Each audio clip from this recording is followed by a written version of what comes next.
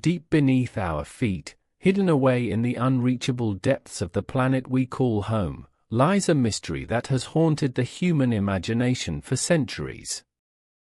What if the Earth's heart does not only burn with molten metal and flowing fire, but instead shelters an entire civilization, a complex society that has thrived undetected since the dawn of time? Imagine a hidden world, sealed away beneath stone and heat, existing parallel to our own yet separate, silent, and secret. This is not the world described in geology textbooks, nor the carefully charted strata studied by scientists.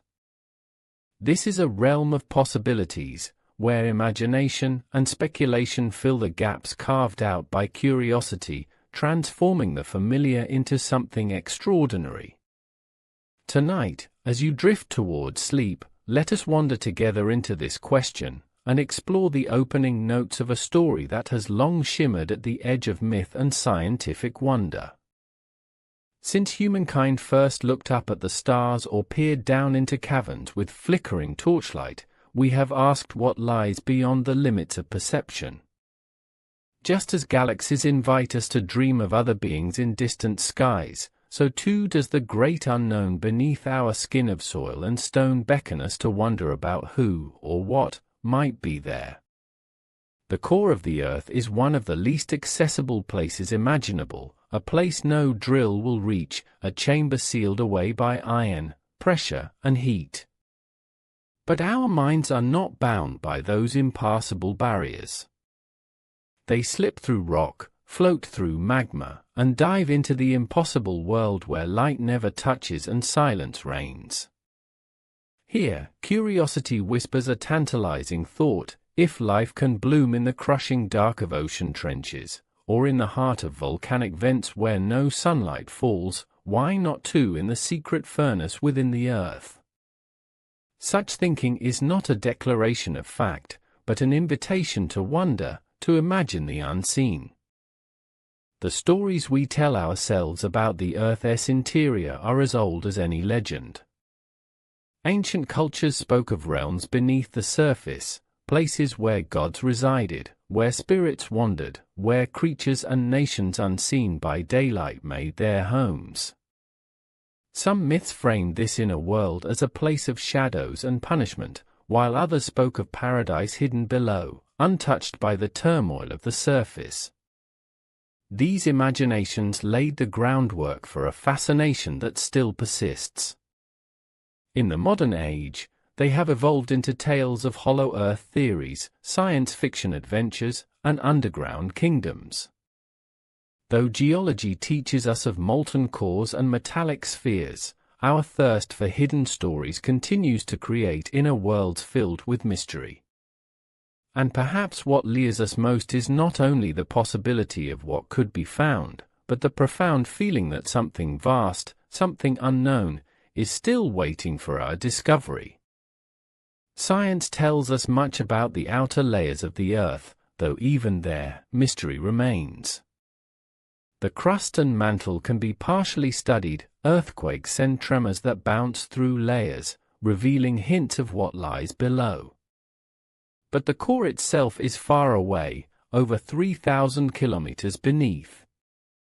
What we know comes only from indirect clues, from the dance of seismic waves, from the behavior of our magnetic field, from the gravitational forces we measure.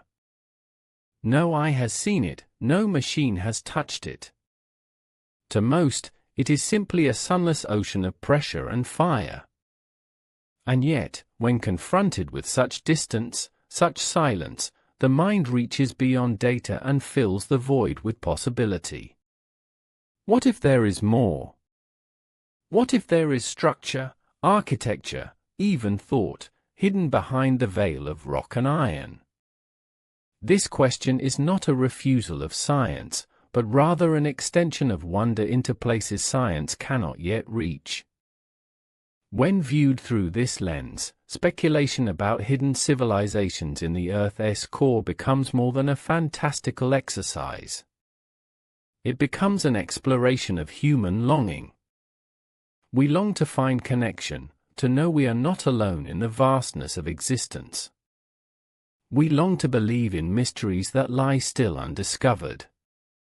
Every myth of an underworld, every novel of subterranean life, every rumor of strange cities beneath mountains is a mirror of this desire.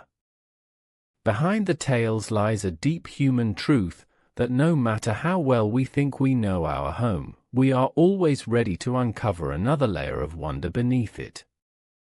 This readiness is what draws us tonight, to imagine the unlikely, to linger on the dream of hidden civilizations inside the Earth's core.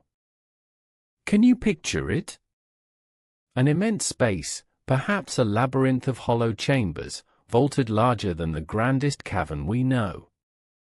Rivers of glowing heat and molten streams illuminate stone palaces carved from crystals born in pressure unimaginable. In this vision, cities flourish not by sunlight but by geothermal fire, thriving on forces we only comprehend as destructive. A civilization here would not see day or night as we do. Their time would flow with the pulsing waves of energy within the planet's beating heart. Their lives would not be shaped by seasons, but by tides of heat, magnetic waves, and resonance through stone. To us it may sound like fantasy, and yet every great leap of speculation begins in this way, through imagining the unfamiliar as vividly as possible, until it feels alive enough to walk beside us, at least in thought. In the soft stillness before sleep, such thoughts take root more easily. Our rational minds loosen, creativity stretches its arms, and the boundaries of the possible blur into dreamlike landscapes. It is here that tales of hidden civilizations beneath the earth come alive afresh. Not as mere stories on paper, but as living visions unfurling in the quiet theater of imagination. Let the steady rhythm of your breath accompany the slow spiral down, echoing the descent deeper and deeper, as though through layers of stone, passing mantle and crust, until you arrive at the glowing threshold of an unknown realm. Sink into this image, allow it to surround you. A secret world waiting, its existence untouched by our surface struggles, its silence holding secrets both alien and beautiful. We may never stand at the gates of such a place, but its presence within human thought is undeniable. Again and again, across centuries, we return to the idea of civilizations below ground, as though the earth itself carries a story its surface cannot fully tell. This repetition suggests that the vision resonates at a level deeper than geology. It resonates with our unconscious, with the parts of us that recognize the allure of depth, of hidden layers, of mysteries withheld. Whether or not the earth harbors such a civilization does not erase the fascination. The thought itself is powerful, magnetic, and eternal.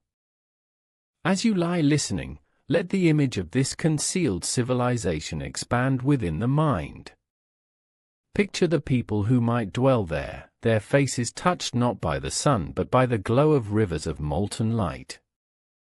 Imagine their languages, flowing like echoes in caverns, their art imitating crystals and patterns of molten stone, their philosophy shaped by timeless existence surrounded by pressure and fire. Imagine their history ancient, silent, hidden even from our oldest ancestors. Do they know of us, here on the thin surface above their world of depth? Or have they remained undisturbed, indifferent, inward, focused only on the knowledge their world provides? These questions may never find answers, but each question deepens the trench of wonder, inviting us further into the dream. And so the first step of this journey is simply to give space to wonder. To let the possibility breathe, without the constraint of needing proof or explanation. Because in this quiet act of imagining, we uncover not only secrets of the earth, but secrets of ourselves. We reveal how dearly we hold the hunger for mystery, for hidden places, for whispered possibilities that live just outside the boundaries of knowledge. And it is here, in this silence, where the story of a hidden civilization at the Earth's core begins to unfold. The Earth beneath us is vast, layered, and intricate, like a cosmic onion whose skin after skin is peeled away in the imagination.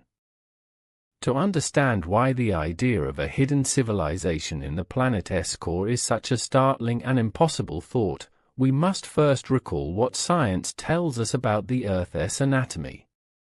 This is the point in our journey where knowledge and wonder intertwine, where geology opens the door and imagination steps through.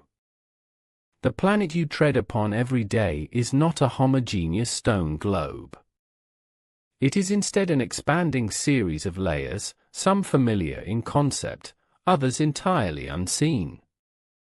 Each layer behaves differently, contains different substances, and stretches unimaginably in thickness. And at the very heart, farther than any surface machinery can journey, lies the core. We start with what we know best: the crust, the foundation of continents and oceans, the place where life flourishes. But the crust is shockingly thin compared to the rest of the Earth. Imagine an apple on the table. The skin of that apple is little more than the crust that we as humans inhabit. Beneath it lies what we call the mantle, a churning expanse of semi-molten rock, sliding slowly yet endlessly, its convective motion moving continents and raising mountains across eons. The mantle is the breathing engine that powers the dynamism of the surface world, though its motion is almost imperceptible across a human lifetime. Press deeper and deeper through this layer, further than even imagination might feel comfortable going, and you eventually reach what scientists call the outer core. The outer core is unlike anything experienced on the surface. Here is no solid mineral bedrock but an ocean of liquid metal, primarily iron and nickel, swirling in incessant currents thousands of kilometers deep. The movement of this molten ocean generates the magnetic field that shields the planet from solar winds, makes compass needles align north, and protects the fragile envelope of atmosphere that grants us breath. Without it, Earth would be exposed to cosmic radiation and stripped bare like Mars. This ocean is unimaginably hot, reaching temperatures greater than the surface of the Sun's photosphere in some estimates, and the pressure is astronomical, many millions of times greater than at sea level. It is here, in this liquid inferno, that the concept of life seems banished. No cell, no tissue, no organic chemistry as we know it could persist in such a furnace. It is the hostile heart of a vast mechanism. And yet, deeper still, lies the inner core.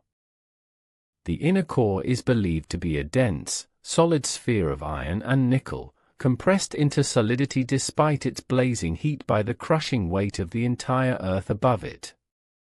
It is a crystallized heart, thought to be growing slowly as the outer core cools, iron freezing and attaching to its structure over geological time. It is the very center of our world, small compared to the vastness of Earth, but still a ball spanning over 2,000 kilometers across. Somewhere within is the true center, the point upon which the entire planet rotates.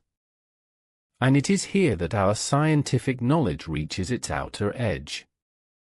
Beyond this boundary, data grows sparse, inferences grow abstract, and imagination seeps in to fill the cracks.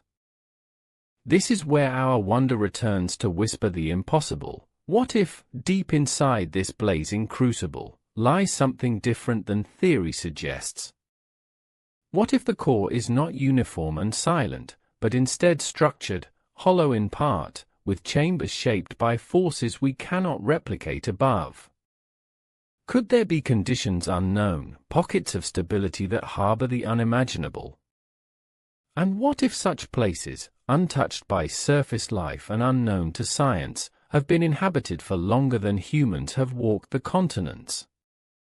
To appreciate why this thought is improbable and yet so seductively evocative, let us linger on the extreme environment of these layers. At the depth of the outer core, the pressure soars upward of 3 million times that of our surface atmosphere. It is the pressure of existence pressed into impossibility.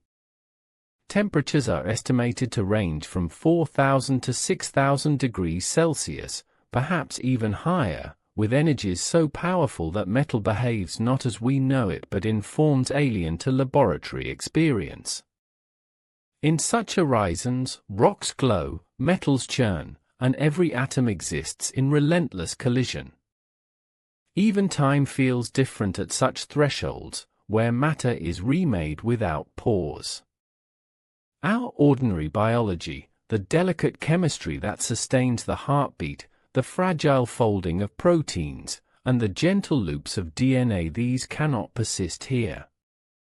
Life as we define it against blue skies has no home in this furnace of iron.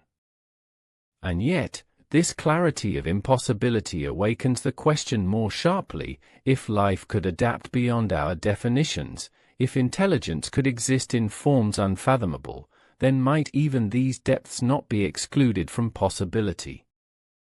Consider the mantle plumes, those titanic upwellings that rise from near the boundary of the core and feed volcanoes at the surface. Here, deep updrafts of heat and molten stone connect the hidden heart of the earth to the visible life of mountains and eruptions. These plumes are not random, they channel energy upward like living arteries. If the Earth's deep structures already deliver their whisper to the surface in this way, could not that hint of order be seen as potential corridors, places where forces organize and shape into patterns? Think, too, of our limited knowledge. Every theory about the inner core's rotation, about its crystalline structure, about its interaction with the outer layer, these remain hypotheses refined by seismic waves but never witnessed. For all our certainty, much still glimmers with ambiguity. Into those uncertain spaces the imagination flows like water seeking cracks, forming visions of civilizations that thrive not in spite of these extremes but because of them. Imagine, then, that what appears to us as molten chaos is, for another form of existence, the natural medium of life. Just as fish live in oceans hostile to creatures of land, could beings crafted for heat and pressure dwell comfortably in the inner earth? Could structures unlike our brittle stone walls rise in those depths, formed from alloys shaped by forces no construction tool could mimic? If so, might those structures hold not only survival, but thriving communities, cultures, perhaps civilizations? If heat itself is their sustenance, if pressure is no enemy but the very air they breathe, then the very conditions that seem impossible for us could be perfect for them.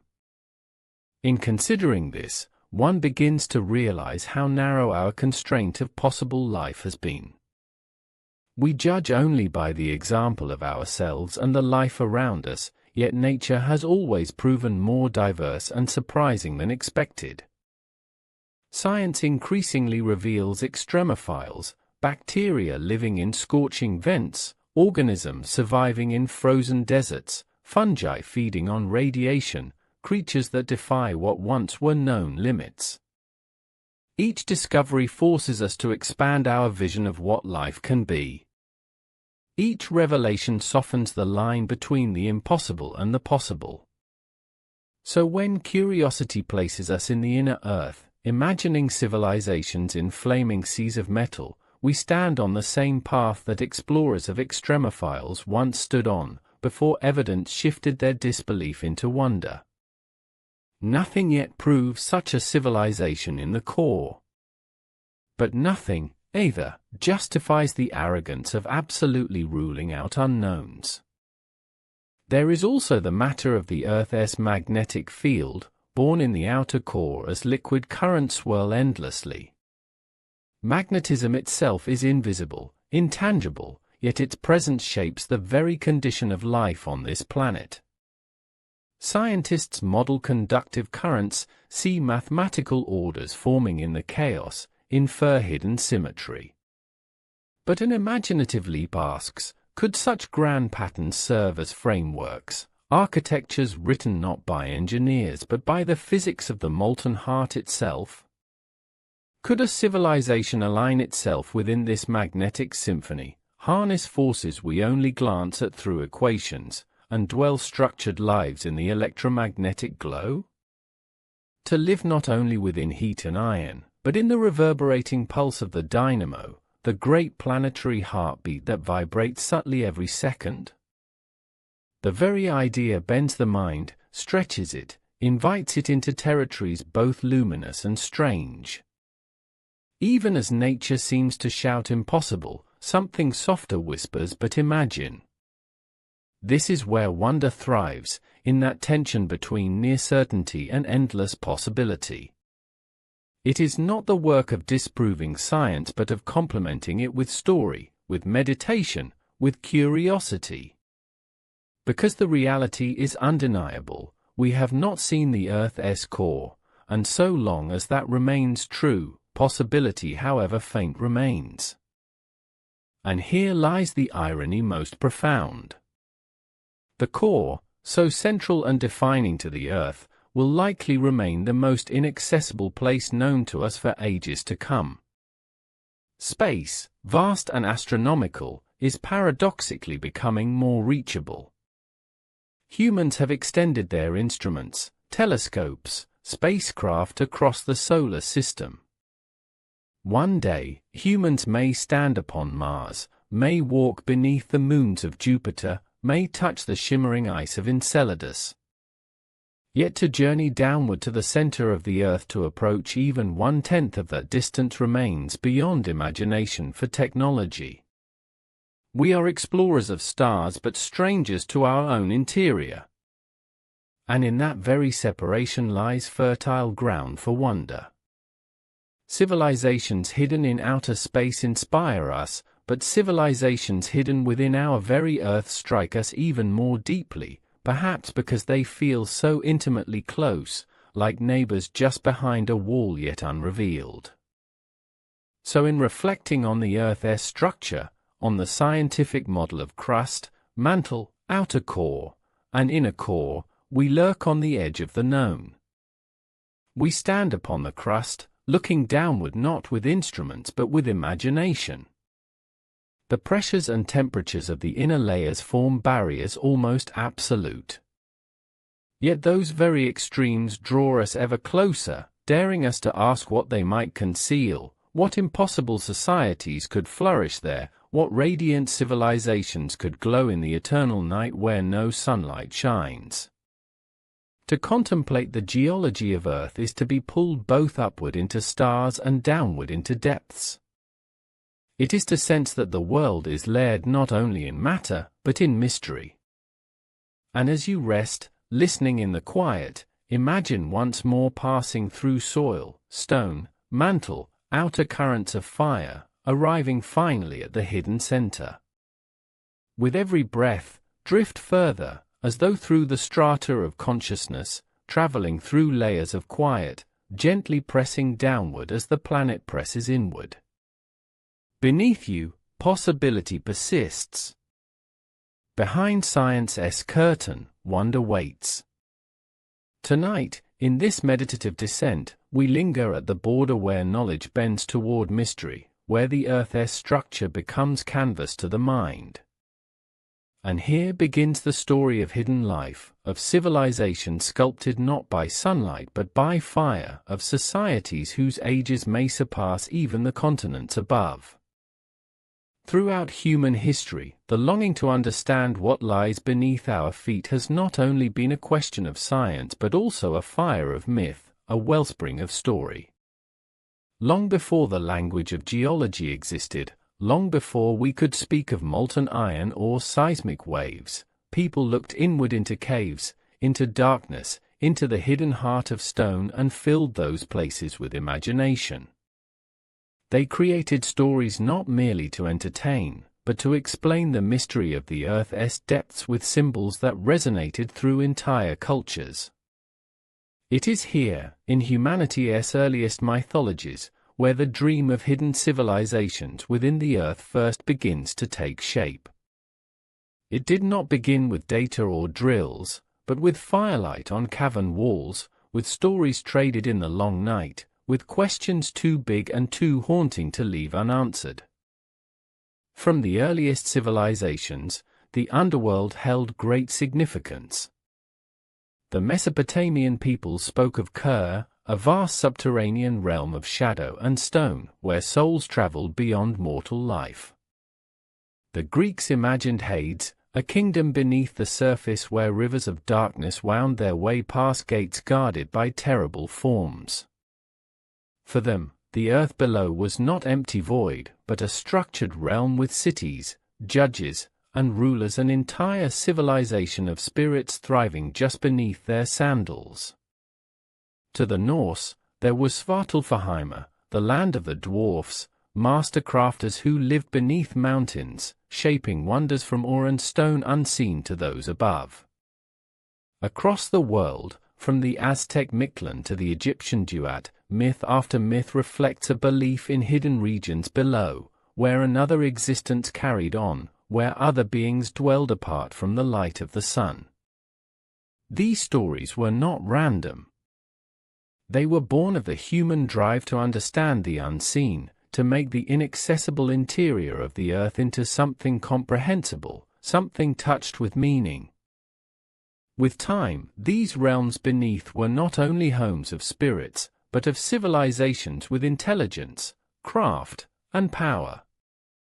In medieval Europe, there emerged rumors of underground kingdoms filled with people who lived apart from the surface. In Tibetan and Hindu traditions, legend spoke of Shambhala and Agartha, secret lands said to lie within the earth herself, hidden kingdoms of wisdom and light, unreachable by ordinary means yet closer to paradise than the troubled surface. The legend passed through whispers and texts, inspiring explorers and mystics alike. These were not imagined as mere caverns but as radiant societies, entire domains beneath, structured like mirrors of the surface world yet more perfect, uncorrupted by our wars and pollution. For centuries, such stories traveled across continents, adapting and transforming, but always suggesting the same hidden allure. Within our earth lies another civilization, waiting. As exploration of the surface world advanced, curiosity pushed deeper. In the 17th century, the idea of a hollow earth began to take shape in the writings of early scientists and philosophers. Edmund Halley, known today for Halley's Comet, proposed that the planet might contain concentric shells separated by luminous atmospheres. He imagined openings at the poles, gateways leading down into interior regions. His speculation grew from attempts to explain strange compass variations, but once written, it captured imaginations well beyond science. Soon came tales that within those shells lived hidden peoples, perhaps wiser, perhaps older than surface humanity. Other thinkers such as John Cleve Sims in the 19th century publicly declared their belief in holes at the poles that led to vast inner worlds. Sims even petitioned governments to fund expeditions to discover them. Though never granted, his ideas fueled folklore and exploration literature, connecting scientific curiosity with ancient myth in ways that still ripple across culture today. From that point forward, literature expanded the vision. Jules Verne, in Journey to the Center of the Earth, created a subterranean world filled with prehistoric life, oceans sealed under stone, forests living without sun. Edgar Rice Burroughs, creator of Tarzan, wrote of Pellucida, a great hollow sphere within Earth, where entire societies and empires clashed beneath our unsuspecting feet. Fiction turned alternative geology into epic stage, a place to imagine not only strange beasts and lost species, but civilizations wholly independent of human history. Every page of these stories gave density and richness to the idea of inner Earth civilizations. And even though modern science would grow more precise about the structure of the core, the allure remained unshaken. People still wondered, but what if? Legends and myths, when seen together, form patterns that echo across cultures. Again and again, humans have described the Earth as layered, as hollow, as holding hidden societies. Why?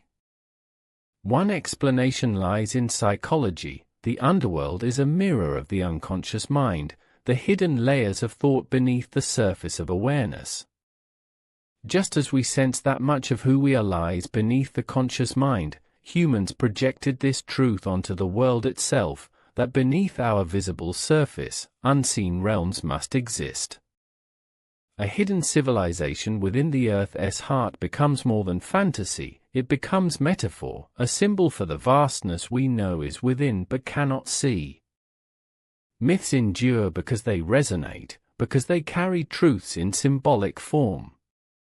Imagining inner civilizations allows us to contemplate the coexistence of hidden aspects of reality, of inner lives, of shadow selves. But mythology also lingers because sometimes it foreshadows discovery. Countless myths once dismissed about sunken lands, about creatures in the deep sea, about fire guided from mountains have in time revealed kernels of truth. Stories of monsters across oceans gave way to real accounts of giant squids, seen finally by cameras in the black abyss. Legends of smoking mountains led to discoveries of volcanoes, once thought supernatural. Could it be that myths of civilizations beneath reflect in distorted form an intuition, a deeper recognition that below us lies something profoundly unknown? That perhaps the human mind has always sensed there is more within the Earth than geology alone yet explains. The hollow Earth theory, though scientifically disproven in strict terms, remains alive in cultural imagination because it aligns perfectly with this longing. It suggests not just geology but geography, an entire new frontier hidden directly beneath us. The poles seen as entrances, vast caverns imagined as endless, inner suns proposed to illuminate forgotten lands. Mystics embraced the idea as metaphor for hidden wisdom. Writers embraced it as a playground for creativity.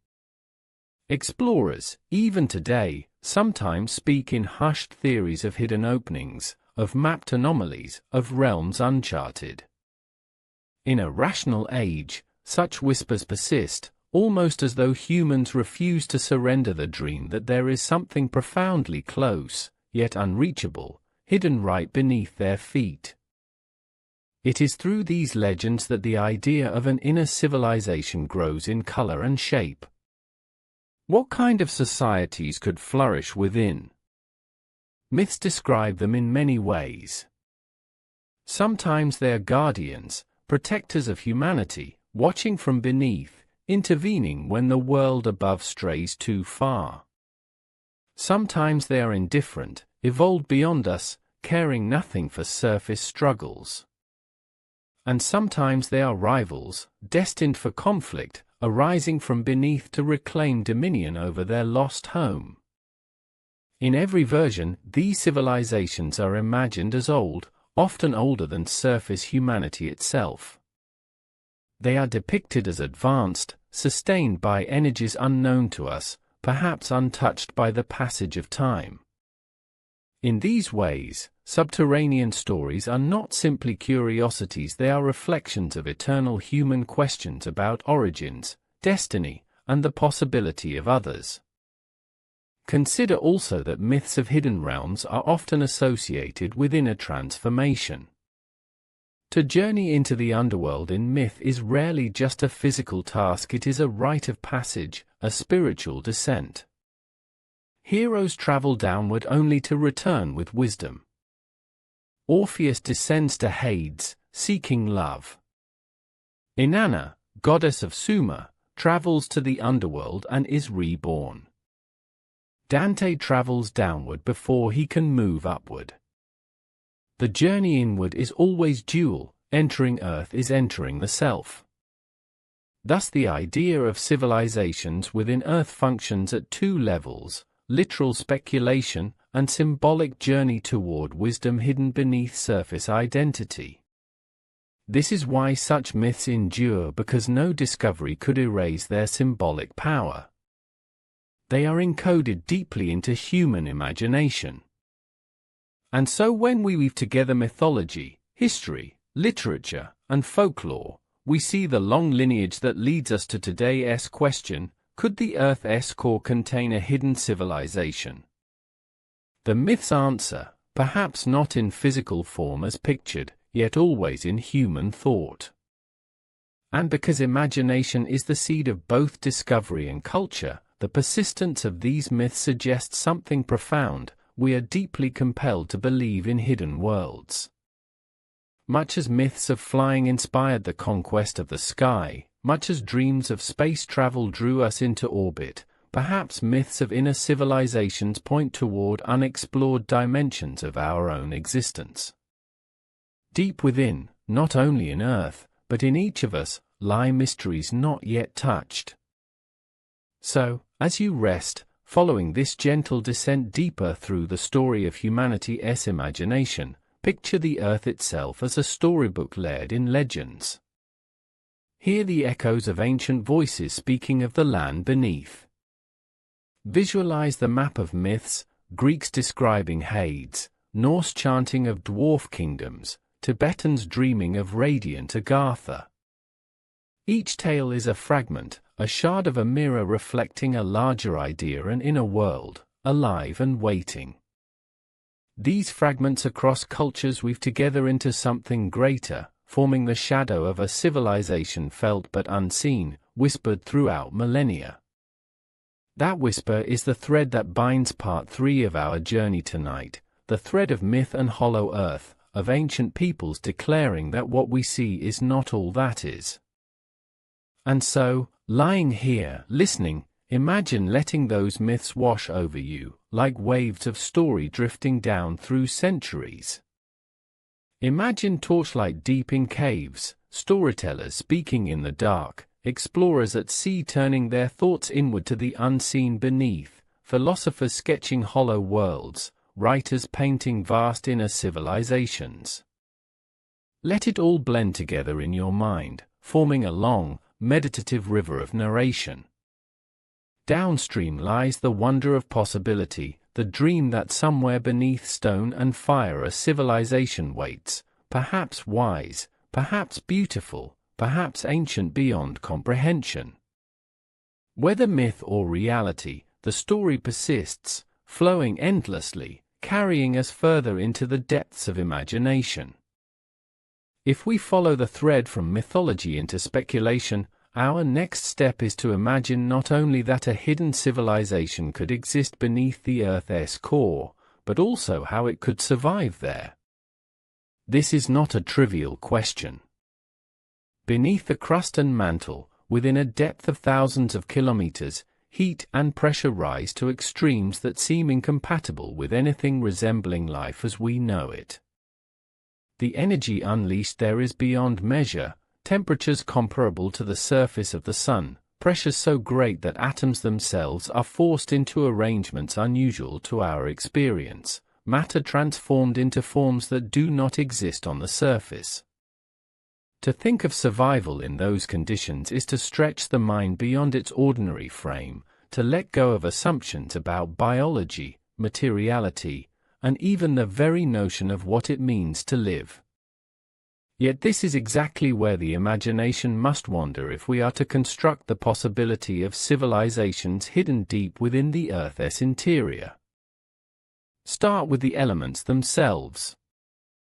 The outer core, as science describes it, is a churning ocean of molten iron and nickel, an endless cascade of metallic seas. The heat here would vaporize any surface-created machinery or organic life within an instant.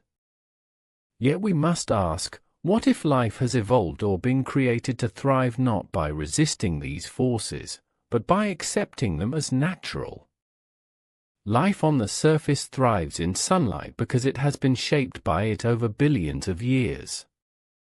Perhaps life in the depths, if it exists, is shaped not by light, air, and water, but by iron, heat, and pressure. Just as we breathe oxygen, perhaps their breath is molten metal. Perhaps they draw sustenance not from organic food but from the currents of energy swirling within conductive oceans of nickel and iron. If such a shift in perspective is possible, survival becomes not an impossibility, but a transformation and adaptation suited to a completely different environment. We can study our own planet's extremophiles to frame this vision. On the surface, life is fragile, but again and again we discover organisms that endure conditions once thought impossible. In the depths of hydrothermal vents on the ocean floor, life thrives under dark pressure, feeding on chemicals instead of light. In frozen Antarctic lakes sealed under kilometers of ice, microbes persist in silence and cold. In the boiling pools of Yellowstone, acidic and toxic, organisms flourish. These extremophiles do not only survive, they thrive, suggesting that wherever energy can be found, life has a chance to root itself. So what would extremophiles of the core look like? Perhaps they are not made of carbon and water at all, but of unknown compositions, forged from metals and plasma, entities shaped by the immense forces of the deep. For them, 6,000 degrees of heat is no enemy, it is simply the surrounding air. Imagine, now, the physiology of such beings. They would not walk on legs or breathe with lungs as we do. Instead, their very bodies could be woven from crystalline structures, lattices that do not melt in heat but resonate with it like instruments tuned to fire. Their internal chemistry would not be metabolism as we envision it, but the perpetual exchange of energy from molten tides, consuming kinetic flows, feeding upon waves of magnetism. Within those depths, survival depends on symbiosis with the environment itself.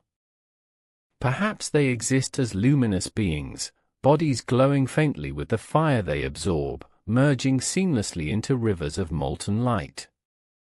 Perhaps their time does not move as ours does, for within the core, every second is joined to the shifting spin of the planet's axis. They may measure an age in pulses of magnetic reversals, their lifespan stretching longer than empires, longer than mountains, longer than history. For a civilization to thrive there, it must not only exist biologically, but socially. It must create order within apparent chaos. This challenges our imagination even further. How could cities, dwellings, or structures persist in an environment where rock flows like water, where metals churn endlessly? Perhaps the answer lies in stability, not as we imagine it, bricks standing immovable, but as dynamic equilibrium. Structures of such a civilization might shift constantly with the molten streams, tied to natural flows as boats float upon rivers. They could build not against the core, but with it, shaping cities that drift and pulse like organisms themselves. Their homes might be anchored not in solid ground but in magnetic eddies, stabilized by the humming chorus of invisible fields. An architecture of resonance, not resistance, cities grown from pressure, rather than built against it. Energy supply, the lifeline of any civilization, would also differ profoundly. On the surface, we take energy from sunlight, fossil fuels, and nuclear reactions. But in the deep earth, energy is abundant in different forms. There is constant geothermal heat, ceaseless kinetic energy from churning convection, unending tides of electricity through molten metals. A civilization could build entire economies upon these phenomena. Instead of firewood burned or oil refined, they might harness planetary rotation. Instead of sunlight harvested by plants, they might capture magnetic oscillations. The very sustenance of life, their food, their warmth, their progress would be fed by the unquenchable engine of the Earth's interior, a source that does not falter for billions of years. But even survival in such extremes requires imagination of culture, of thought, of what it means for life to not only endure but to grow intelligent. Perhaps intelligence in the core would not resemble human logic, shaped as it is by cycles of day and night, seasons, stars, and winds. Their intelligence would be shaped by cycles of magnetism, by patterns of seismic waves, by resonances through metal depths. We could imagine them listening to the vibrations within the core, communicating not with words of air but with shifting frequencies of resonance, messages humming through mineral walls, entire symphonies of sound inaudible to surface ears. Their memory might not be paper or screen, but the impressions of vibrations carved into crystal structures, histories written in enduring magnetic orientations far older than human libraries. They would be beings of resonance, civilizations of vibration, carrying thought and story through a medium foreign to us yet natural to their survival. Of course, the stark question remains, how could such a civilization have begun? To answer, we once more look to the nature of origins. On the surface, life began when chemistry met energy, organic molecules sparked by sunlight, lightning, or undersea vents. Could the Earth's core not host its own chemistries, though of a different form? Pressures unimaginable here above might forge molecules, atoms, and structures unknown to traditional organic life. The crucible of fire and pressure could give birth to exotic forms that thrive only where we believe nothing can endure. And perhaps, just perhaps, these forms were born not billions of years after the planet formed, but alongside its very creation. If so, then a civilization in the Earth's core could well be as old as the Earth itself, far older than humanity, far older than any creature we know. Imagine their perspective beings who have watched not centuries but eons, who have witnessed continents shift endlessly above them without ever touching the surface. Their civilizations might measure time not in years or generations, but in tectonic cycles, in shifts of magnetic fields, in the quiet dance of the Earth's tilt. Wars and empires above would be to them as flickers of light, barely noticed, passing in an instant. Their own survival would be shaped by stability deeper, slower, more profound.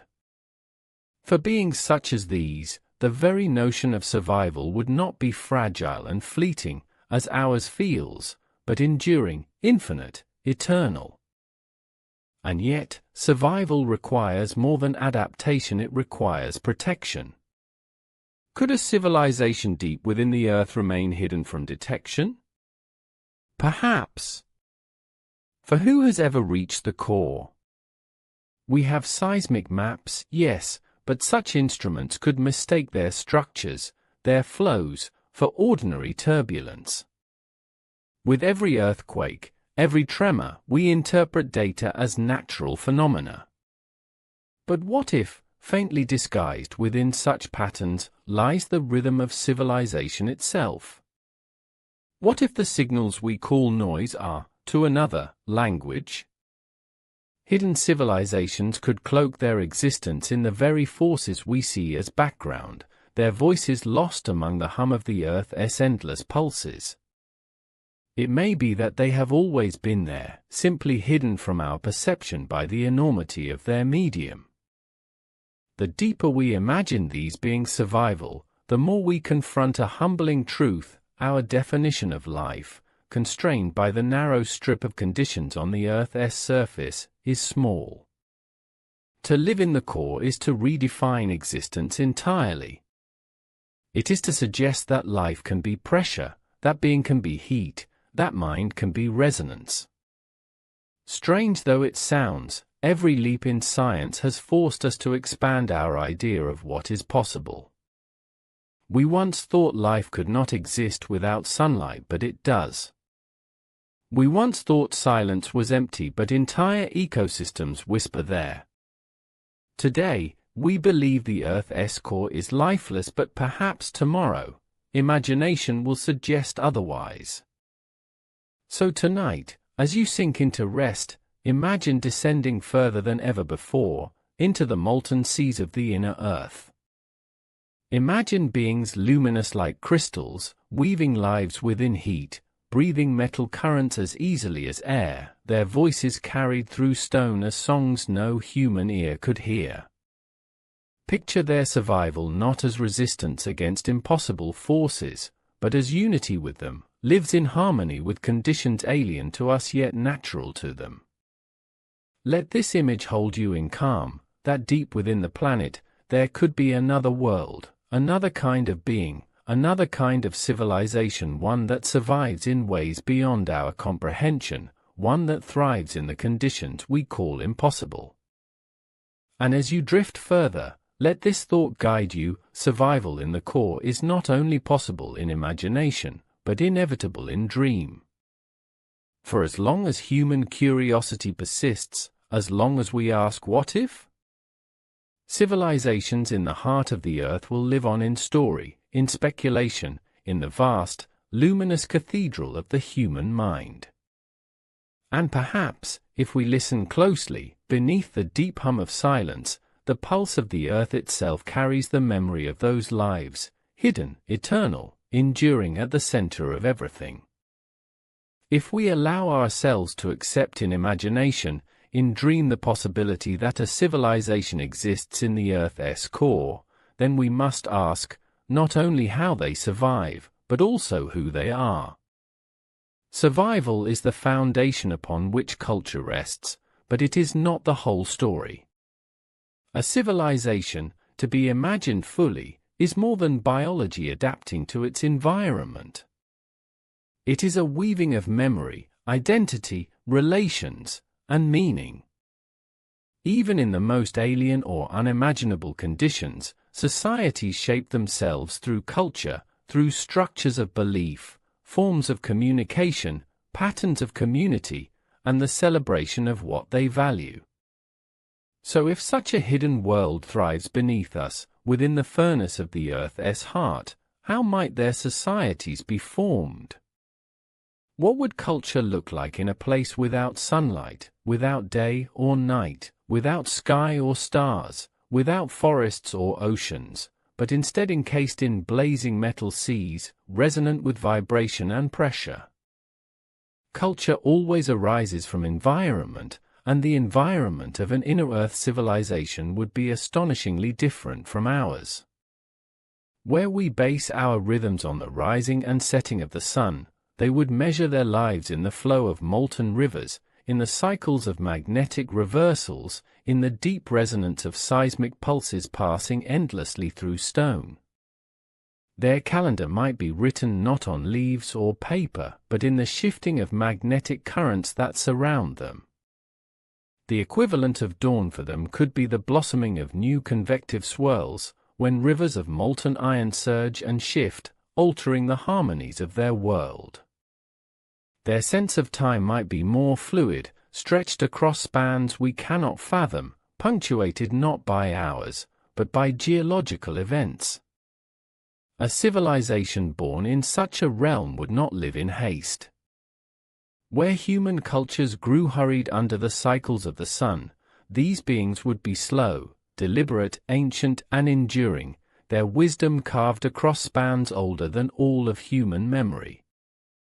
In such a place, the idea of community would not revolve around villages under open air but around resonant clusters. Imagine cities not made of stone dwellings as we know them, but of crystalline structures embedded in layers of iron, shifting gently as the molten currents change. These cities might not be fixed in place. They might flow, like fleets of boats drifting together across a sea, forming temporary constellations before drifting apart again as currents require. Their society could be built on a balance of cohesion and fluidity, where permanence is found not in structures but in relationships, in the resonance of connection between beings. Communication in these depths would not rely on air and sound as it does for us. Instead, imagine communication as vibration, voices carried as waves through molten metals, songs of resonance vibrating at frequencies we cannot hear. A single note could travel for kilometers, shaping conversation as deep echoes reverberating in the core. For them, silence would not exist as it does for us. Their world would always hum, always sing, with vibrations both natural and intentional. And so their language would be music without air, harmonies of shifting frequencies embedded into crystal fibers and magnetic fields. To speak would be to resonate, to remember would be to inscribe vibration into lattice structures. In this way, their entire history would be woven into the body of the earth itself, preserved as subtle orientations of magnetic grains, encoded as song hidden within stone. When humans measure magnetic reversal, we study an incomprehensible natural event. To them, it could be an echo of their collective memory, a library inscribed within the Earth's very heart. Religion, or the search for meaning, may also take a profoundly different form for such a civilization. We surface dwellers look upward toward heavens, skies, stars. But beings of the core would look inward, toward resonance, toward the beating of the planet itself. They might worship not a sky god but the pulse of the Earth's dynamo, the living rhythm generated by molten flows, a force larger than any single life yet present in every breath. Their temples could be chambers of resonance, vast halls where molten tides amplify vibration until it shakes the body, merging individuals into symphony. In these places, worship would not be prayer in words, but synchronized resonance, a whole community vibrating together, singing the song of the core, affirming their unity with the deepest force of their world. Art, too, would take unfamiliar yet astonishing forms. Without vision as we know it, without light or color, their art would be tactile, sonic, or vibrational. Imagine sculptures of crystal so resonant that to touch them is to hear symphonies stored within, entire histories humming out when pressed or caressed. Imagine moving through a hall where every surface vibrates with subtle frequencies, forming landscapes of sound instead of paint on walls. Their poetry could be patterns of frequency, repeated cycles of vibration that, when resonated, evoke visions in the mind, much like our songs do now, but woven into the very material foundation of experience. To them, beauty would not be about what is seen but about what moves through, what resonates, what harmonizes. Their greatest masterpieces may not hang in galleries but echo through the very iron fields of the core, resonating invisibly for millennia, ready to awaken any ear tuned to perceive them. Every society creates systems of knowledge, frameworks to comprehend its world. For a society in the core, science would not separate from culture. Their science would be the study of flows, understanding the endless movement of molten tides, the resonances of seismic pulses. Entire disciplines of thought might arise to measure and predict magnetic fluctuations, not for physics alone but for cultural continuity. They might see themselves not as separate from these forces but as part of them, their knowledge inseparable from their being. For humans, the earth is environment. For them, it is body, living body, breathing pulse, endless home. Knowing geology for them would be like knowing anatomy. And so philosophy and science would merge, questions of being and questions of flow dissolved into the same pursuit. Social structure in such a civilization would also be worth imagining. If language and art exist as shared resonance, then perhaps governance, too, emerges from harmony rather than command. They may not rule through laws as we know them, but through synchronization, through alignment of resonance across communities. To lead could mean to hold the strongest resonance, to bring others into coherent vibration, like a great tuning fork aligning all instruments into harmony. Their politics could be songs, not speeches. Their decisions not dictated but pulsed, resonances carrying consensus through the community until an agreement is literally felt by all, vibrating through every being at once. In such ways, their society could function not through confrontation but through consonance, discord settled by retuning, not by force. If such is their social structure, then their culture of memory and history might be timeless. Humans measure history in centuries, they might measure their history in tectonic cycles, in the drifting of continents, in the turning of magnetic poles. Imagine a society that remembers not 50 generations, but entire ages of the Earth itself, species rising and falling, oceans blooming and drying, mountains eroding and reforming. They could recall times when the surface looked nothing like it does today, when the supercontinents of Pangaea or Rodinia lay spread above, unseen but remembered. They could be historians of the planet itself. Their record sculpted not in fragile memory but in magnetic stone, enduring beyond any single being, could carry the knowledge of billions of years. This knowledge might form the very bedrock of their culture. They exist as witnesses of eternity. In such a picture, even their sense of self might differ profoundly from ours. We see ourselves as individuals with distinct boundaries, fragile bodies separate from the world. But for a civilization built on resonance, identity could be more collective. They might not see one life as separate from another, but as notes in a larger harmonic composition. To live, then, would be to participate in communal resonance, to know oneself as a chord rather than a single note. Individuality might still exist, but always within the greater fabric of harmony. Death to them may not be an end, but a dissolution back into the greater resonance, a return to the pulsing fields of the earth, absorbed back into the living song of the core.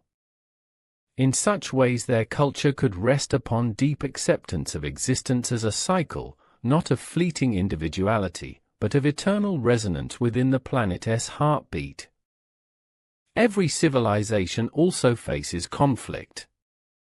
We must imagine how a deep civilization would confront discord. Would they wage war? Would they break apart? Or would their mode of being, so steeped in resonance and harmony, prevent such violence? Perhaps conflict manifests as dissonance, vibrating at incompatible frequencies, creating discord that unsettles the society. Their resolution, rather than destruction, could be the gradual retuning of energies, the patient finding of new chords, until the community once more harmonizes. Such a process could take centuries in our time, but for them whose lifespans stretch across ages it would be only natural patience, natural justice. And if this is so, then peace could be their default state, not by naivete but by necessity. For in the core, survival itself requires unity with flows larger than the self. Discord cannot last long against the press of molten seas. Cooperation is not a moral choice, but a natural condition of existence. Culture shaped by such inevitability would not choose harmony simply as virtue, it would embody it as truth. This may be the greatest difference from human civilization, shaped as ours is by scarcity, rivalry, and survival under fragile circumstances. For them, survival instead flows through abundance of energy, shared resonance, collective harmony. Their society may be ideal not because they are perfect, but because their environment demands it. Finally, we wonder, do they know of us? Do they, in their culture of resonance, sense the fleeting lives above, churning across the thin surface crust? Do the tremors of our cities, our machines, our wars, reach them as faint echoes through the dense layers of rock? Do they interpret our vibrations as random noise in their harmony, or do they listen, quietly, marking us as part of the greater resonance of Earth itself? Perhaps to them, we are like the chirping of insects at night, small, rapid, flickering, noticeable but not central. Or perhaps, in their wisdom, they recognize us as young kin, surface dwellers not yet aware of the great resonance connecting all. Perhaps their culture even contains stories of us, myths of surface folk who live beneath sunlight, blind to the resonant world within. Take this thought as you rest. In the deep earth may lie not only the survival of hidden beings, but the flowering of entire civilizations, cultures beyond description. Their language, their memory, their art, their religion, their society all formed by resonance, by unity with molten currents, by harmony with forces unfathomable. They would be more than survivors. They would be creators, shaping lives not by resisting the impossible, but by weaving it into meaning. Imagine them not as separate from Earth, but as its very soul expressed in form. A culture not of stars or skies, but of depths, silence, vibration, and fire. And as you drift deeper into the quiet of night, imagine their voices rising faintly through the earth, not in words but in resonance, a murmur of civilizations within, older than anything we have known, bearing wisdom we cannot yet imagine. Picture their culture not as a fantasy but as a meditation, a reflection of what life, at its most transcendent, could be. And let that vision settle in your mind like a deep, subterranean lullaby, the hum of hidden civilizations, eternal and unseen, at the center of the world. If we have already imagined how a hidden civilization in the Earth's core survives, and if we have also wandered through the vision of its culture, its beliefs, its art, and its harmony, then our path next leads us into an equally haunting question: what science, what technology could such a hidden people possess? For no civilization endures upon survival and culture alone. To endure for ages, perhaps for billions of years, they must have formed systems of knowledge not only to understand their unique environment, but also to shape it, to guide themselves through its forces, and to weave its raw energy into tools of creation. So what would technology look like in a place of fire and metal, in a world without air or sunlight, in chambers ruled by pressure, resonance, and molten flow? We may first remember that technology is always an answer to environment. On the surface, human technology grew from the manipulation of stones, then metals, then electricity, then the unseen fields of atoms. Each invention rose from necessity.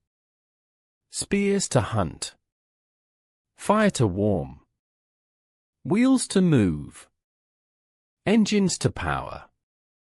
In the core, necessity would be framed differently. There would be no need to build against cold, nor to harness sunlight, nor to craft wooden boats or sailing ships.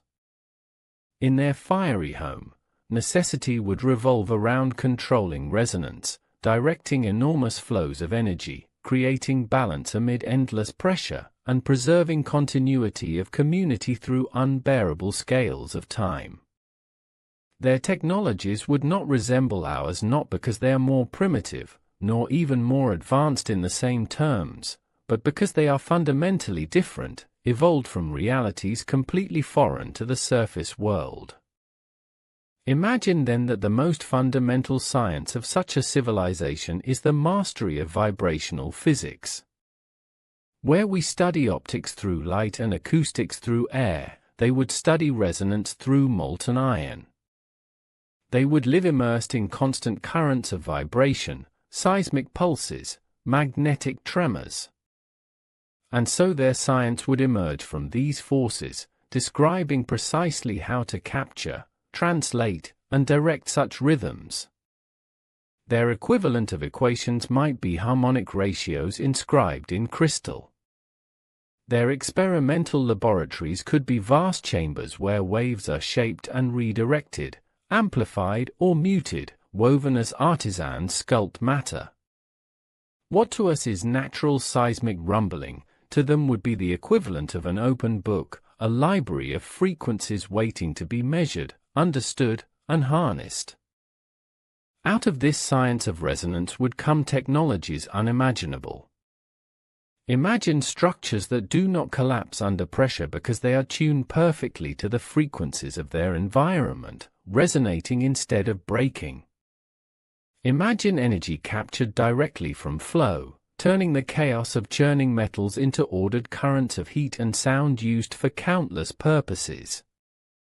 Perhaps they could generate stable pockets of order in the otherwise shifting core, regions of serenity held amidst turbulence, secured not by walls but by fields. Such technology would not build cities in defiance of nature, as ours does, but in symphony, allowing entire habitats to drift seamlessly within molten flows, as if carried on invisible waves. Their mastery of magnetic forces could form another cornerstone of their science. The outer core powers the Earth's magnetic field, that shield invisible yet essential to surface life. For beings who dwell within this dynamo, magnetism must not be abstract, but immediate and tangible. They may perceive magnetism not with instruments but naturally, as humans perceive color or space. And so their sciences could advance to channel magnetic currents, to bend them, strengthen them, shape them into patterns that sustain not only technology but art, communication, and memory. What we call geomagnetism, mysterious reverberations we measure in laboratories, they may call by a name akin to breath itself, something intimate, fundamental. Their technology could sculpt magnetic corridors akin to highways, allowing transport and communication across great distances within the vastness of the core. Perhaps even their knowledge of magnetism allows them to influence the surface subtly, guiding fluctuations, stirring the compass needles of navigators above through faint, deliberate gestures, a form of communication we have mistaken for anomaly. If magnetism is their breath, then pressure itself is their foundation. Imagine sciences built not only upon study of forces, but upon living within them. For us, pressure is an enemy, crushing, suffocating. For them, it may become a medium, a constant they can mold. Their technologies could harness this infinite pressure, using it as we use air pressure in hydraulics, but on scales beyond comprehension. Machines or organisms forged by them may direct pressure as a sculptor directs clay, pressing molten streams into crystalline formations, extracting structure from endless chaos.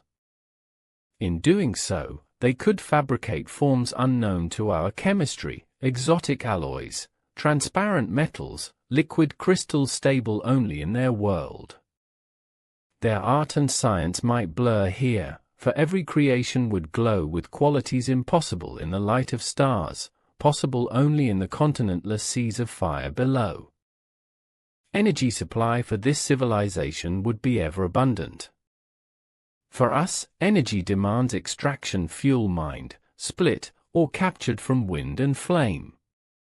For them, energy is everywhere, given unceasingly by the living body of the planet. Every current of molten metal carries kinetic power. Every movement creates electrical resonance. Even the pressure itself contains immeasurable energy, energy simply waiting to be guided. Imagine their great achievements not as reactors or engines but as resonant chambers harmonized precisely with their world, absorbing natural forces and redistributing them.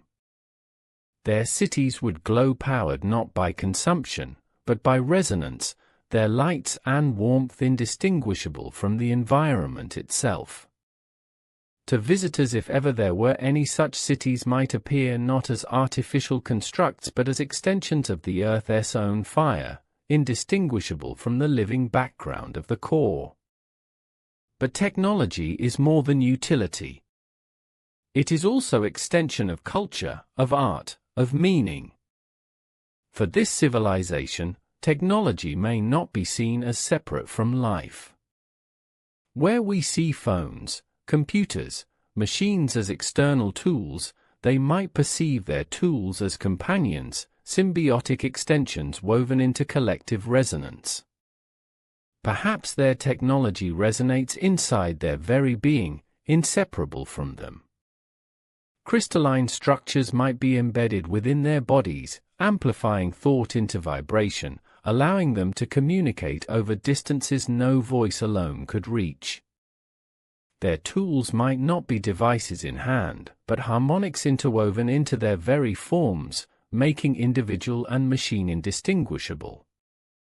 In this way, their science would not divide the natural and the artificial. For them, all is resonance, all is unity. The earth is body, society is song, technology is extension of being. Their greatest achievements would emerge seamlessly from this foundation. What examples might we imagine? Consider transport in their world. To move within molten seas, they would not build wheeled vehicles or ships. Instead, they might align themselves with flows, riding currents harnessed by tuned resonance chambers. Their vehicles could be harmonically resonant structures that drift like schools of fish, carried on the invisible tides of molten iron. Or think of medicine, their healing would not be biochemical in the way ours is, but vibrational.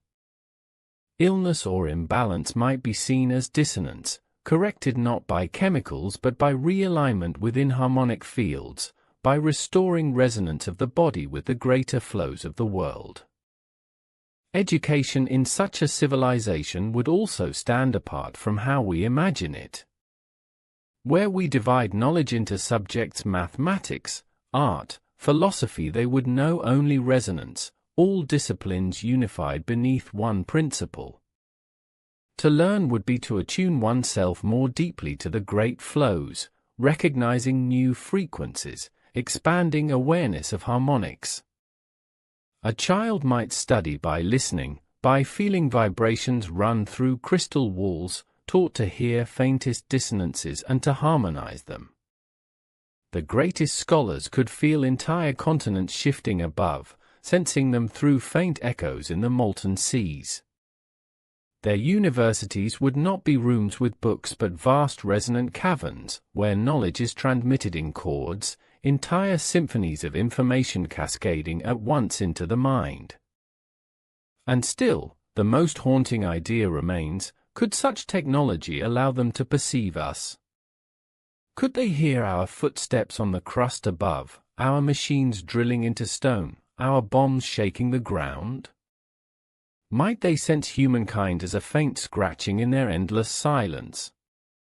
If so, perhaps they have studied us with instruments tuned not to light but to vibration.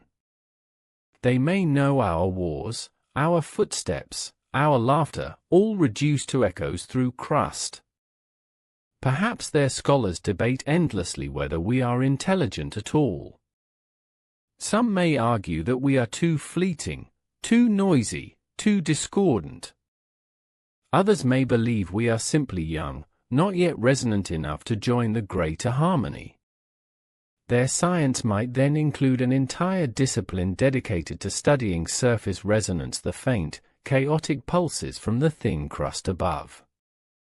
In this way, we humans might already be present in their sciences, studied as curiosities, while we remain unaware. If such sciences and technologies seem impossible, remember that impossibility is only a boundary stretched thin. Every leap of our own history was once impossible. Flying was once impossible. Harnessing the atom was once impossible. Journeying to other worlds was once impossible. For us, survival in fire is unimaginable, but for them it is natural. For us, vibrational harmony is poetic metaphor, for them, it may be tangible physics.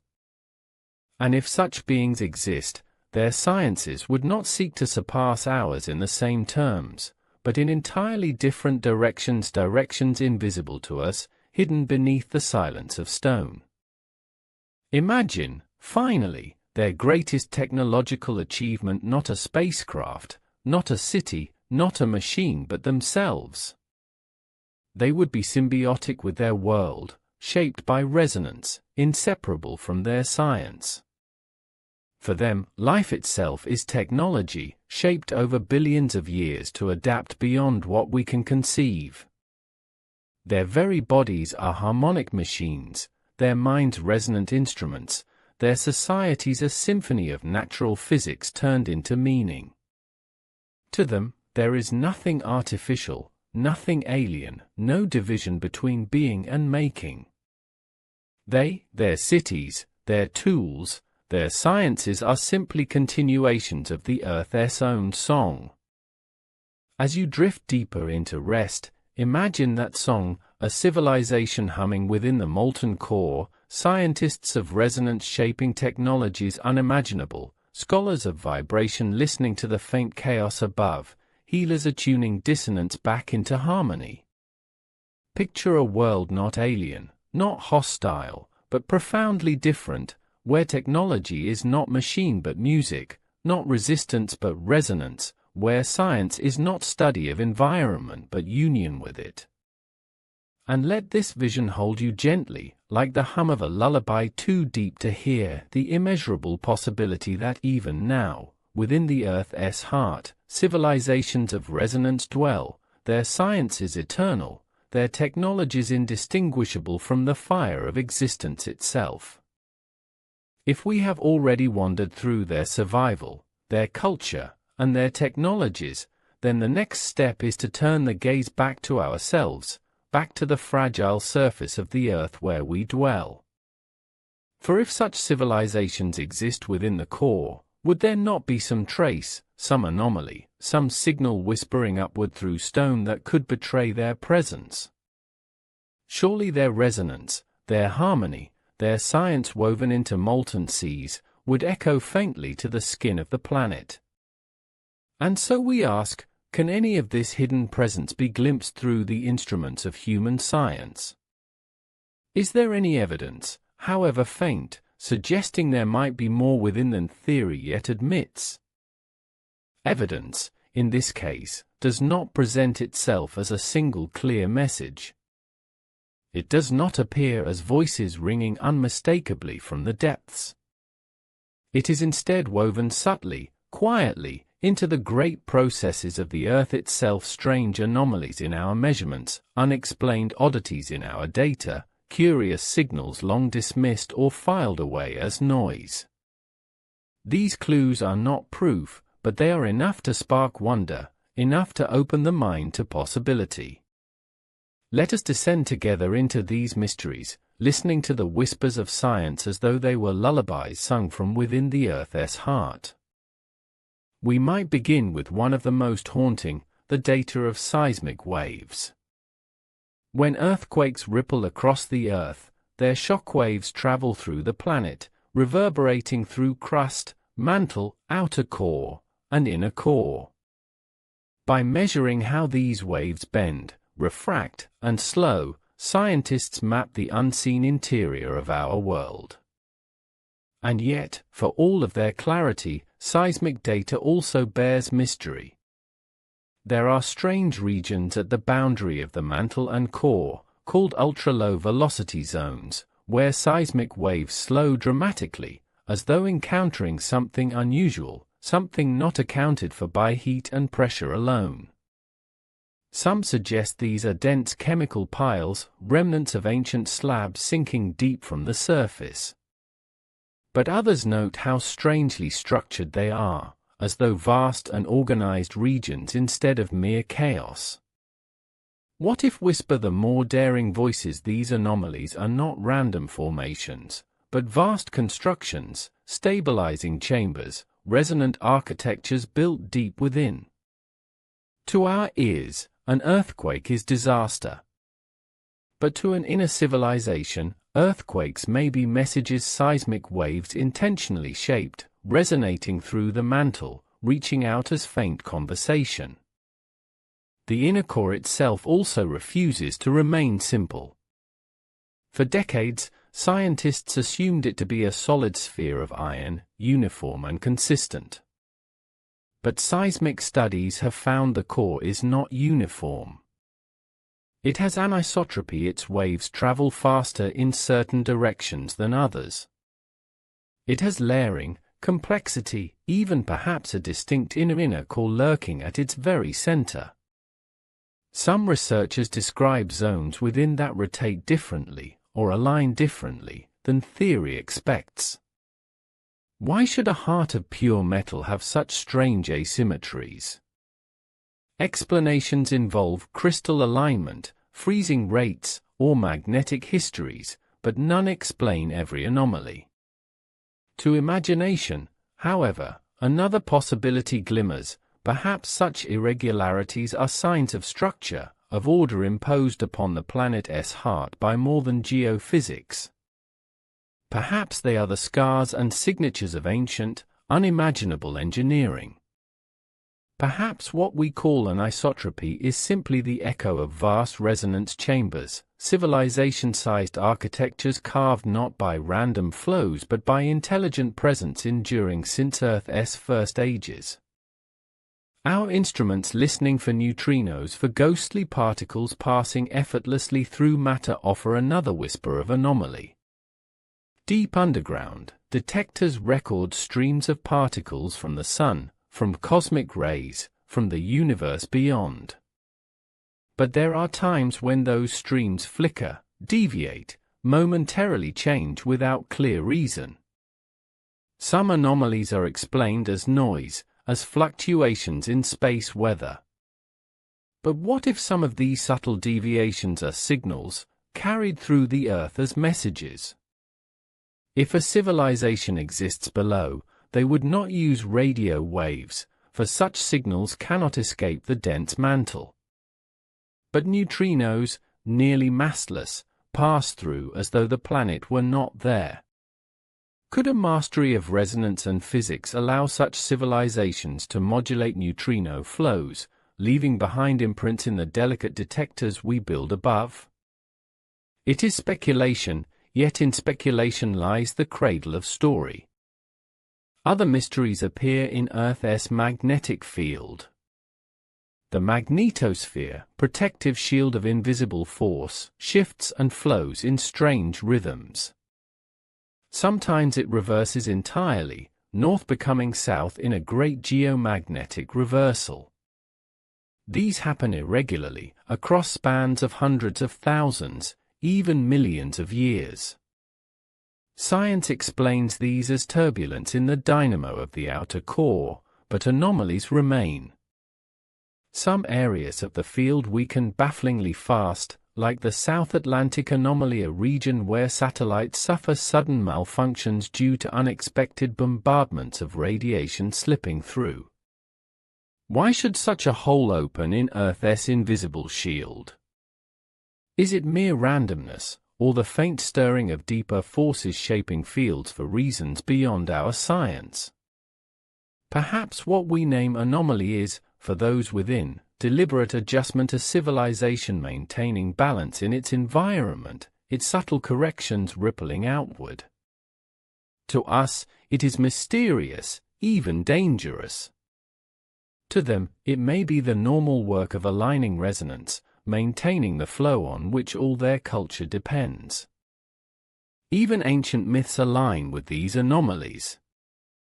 Legends of entrances at the poles, of strange warmth in Arctic winds, of compass readings once thought unreliable, these, too, echo faintly now in modern mystery. The poles are places where magnetic fields flow downward and upward, direct channels of resonance between the core and the vastness of space. Could legends of polar entrances preserve ancient memory of subtle anomalies noticed by early explorers? Warm currents surging unexpectedly in icy seas, the aurora shimmering with strange intensity, these may have been read as evidence of something alive beneath. Today, when we study auroras as curtains of charged particles, we still pause at their beauty, swirling tapestries of color moving too rhythmically to seem random, too alive to seem accidental. To science they are electromagnetism. To myth they are gateways. To imagination, they could be signs living communication between surface and core. And consider Earth's constant hum. Even when no earthquakes shake, no winds stir, the planet hums faintly, inaudibly, vibrating continuously at frequencies too low for human perception. Seismologists have detected this Earth's hum, a constant resonance spanning the whole globe. The cause is thought to be interactions of ocean waves, winds, and atmosphere, setting the planet vibrating faintly. But what if there is more? To a civilization within, this resonance might be no accident, it might be their voice, their ongoing song, their cultural chorus echoing faintly outward. The Earth itself sings, always, even when no surface storm rages. Perhaps what we dismiss as perpetual background noise is in fact the song of civilizations whose instruments are the very chambers of the core, resonating eternally beneath us. Skeptics will insist, each anomaly has explanation.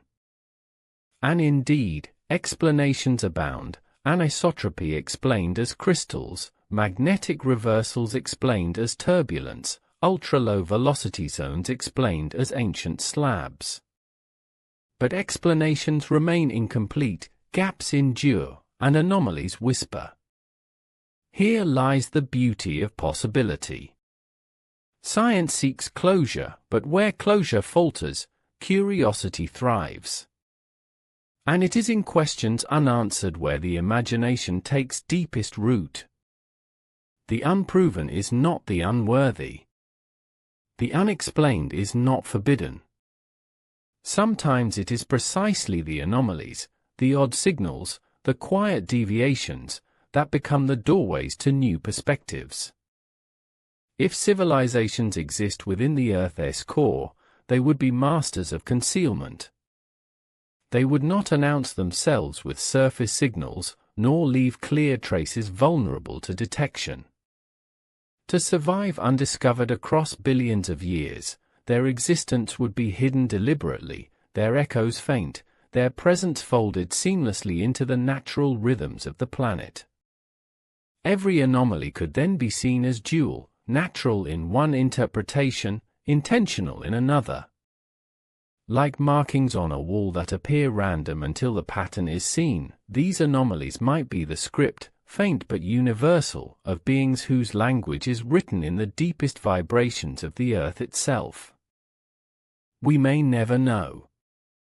But in the quiet of night, in the stillness before sleep, ask yourself, have we already touched their presence without knowing?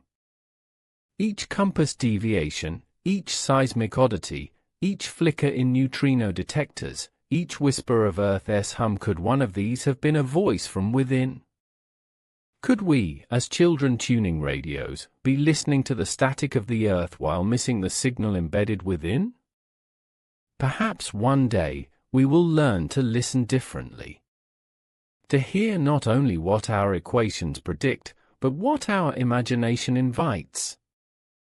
Then, and only then, anomalies may not remain mysteries, but messages. For now, let the thought linger, soft and mesmerizing. The Earth holds secrets still, science detects their whispers, and anomalies shimmer like candles in the dark, inviting not certainty but wonder. Perhaps what we study as geophysics is, in secret, anthropology fieldwork glimpsing, without knowing, the culture of civilizations embedded not in space but in the very heart of Earth. The whispers are there. All we must do is listen.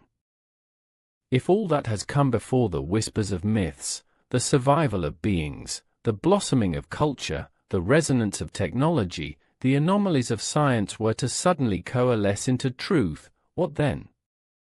What would happen if one day, without doubt, humanity discovered that there truly is a hidden civilization alive and thriving deep within the core of the Earth?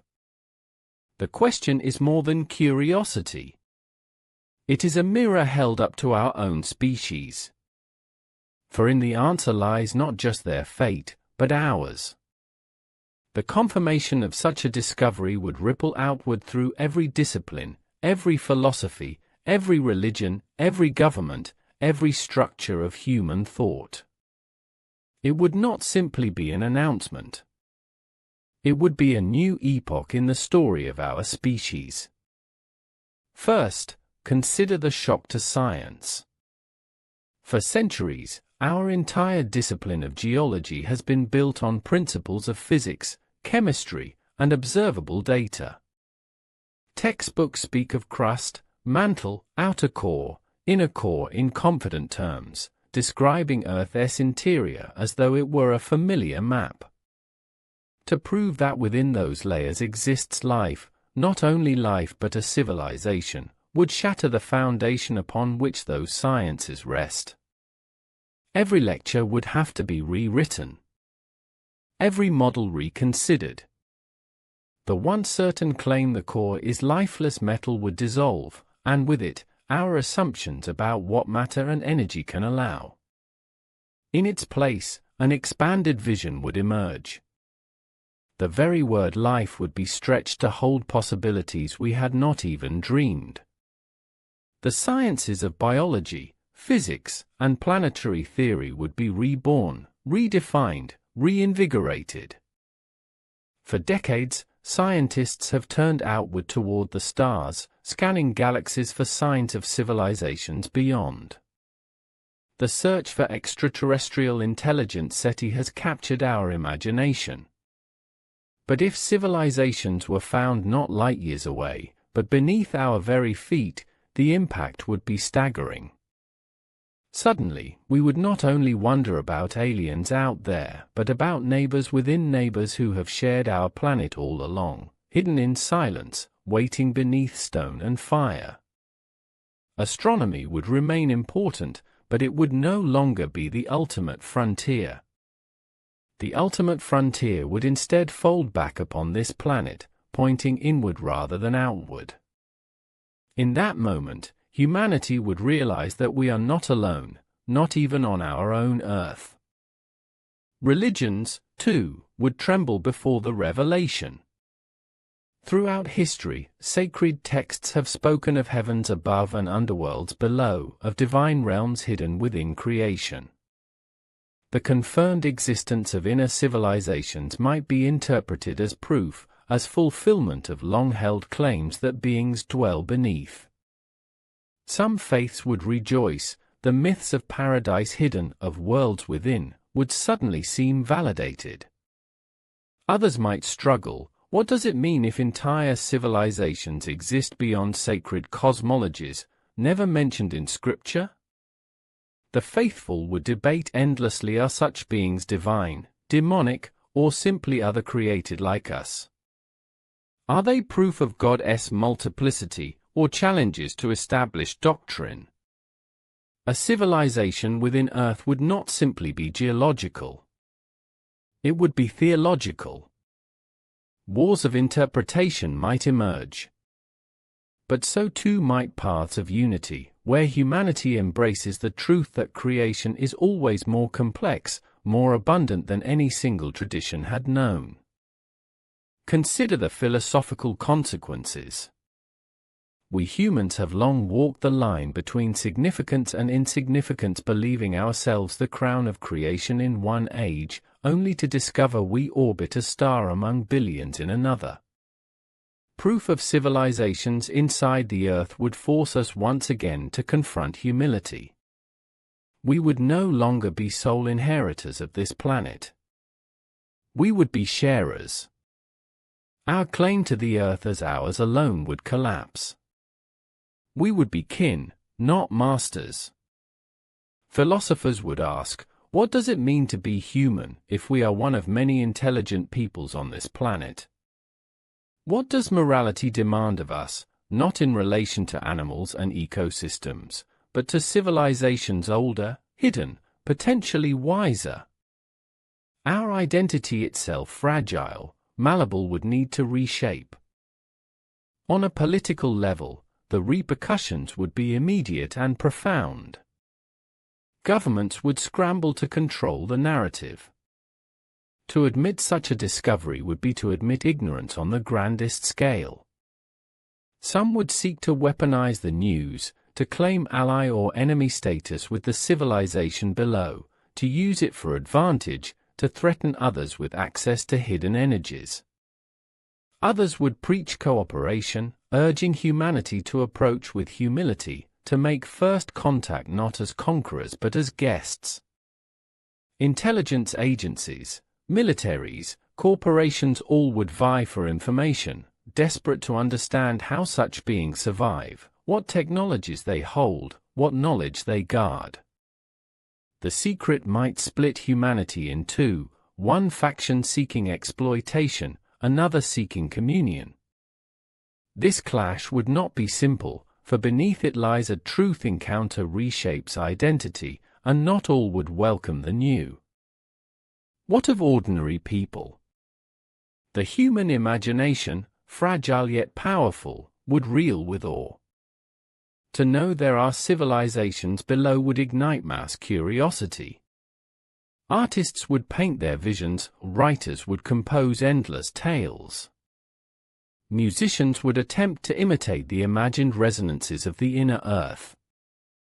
For some, it would renew wonder, reminding humanity that magic still exists, that mystery is not yet gone.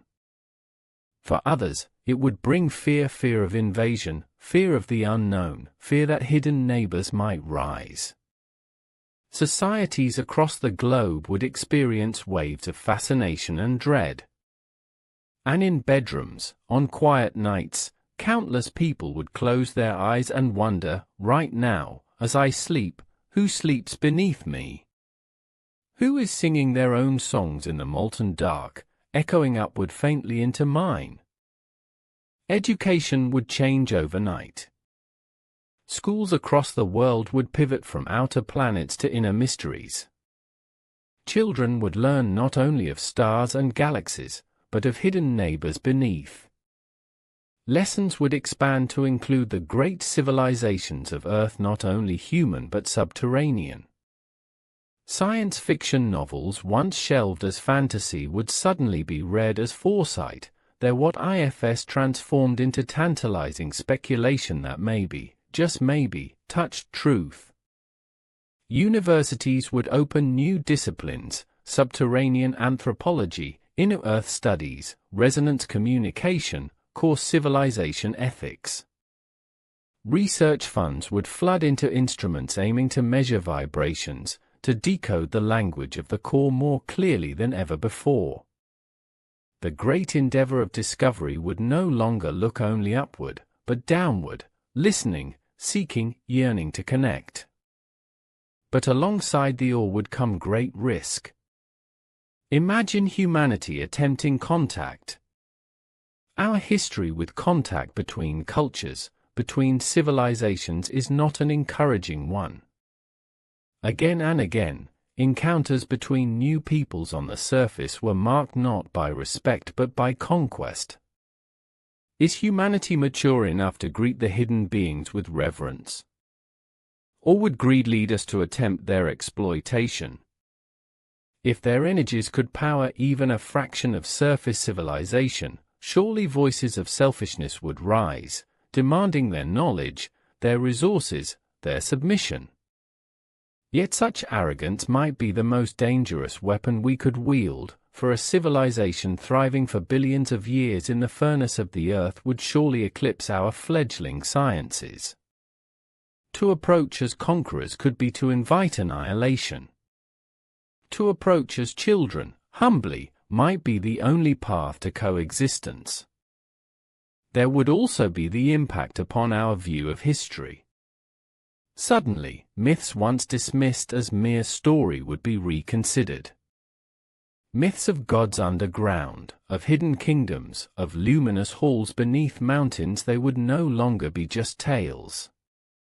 They would be archives of memory, fragments of encounters preserved in culture. Perhaps ancient peoples glimpsed them, heard their resonance, and turned it into myth. Perhaps shamans who descended deep caves felt their presence, mistaking resonance for spirit. A confirmed civilization below would make humanity revisit every story, every legend, every mystery, with new eyes. And in so doing, humanity would find itself participating in one of its greatest acts, transforming imagination into history, turning story into truth. The psychological impact may be the deepest. To wake each morning knowing we are not alone, not even in our own earth, would reshape every sense of place. People might begin to feel more connected, more humbled, more reverent of the planet itself, aware now of the other beings sharing it. Or perhaps it would deepen loneliness, the reminder that even beneath our feet exist civilizations we do not know, unreachable and alien. Humanity's fragile psyche could swing between awe and despair, inspiration and fear. For what greater challenge is there to the mind than to realize the ground you stand upon hides wonders greater than imagination? There is also the ecological consequence. For if civilizations exist below, then the earth is not merely resources, not merely stone and fuel. It is a living body, sustaining multiple peoples. To drill recklessly, to burn without thought, would no longer be exploitation, it would be intrusion. Our industries would be seen not as progress but as invasion into realms sacred and inhabited. Calls would rise for new ethics, a new planetary stewardship, recognizing the Earth not only as home to animals and humans, but to entire other cultures beneath.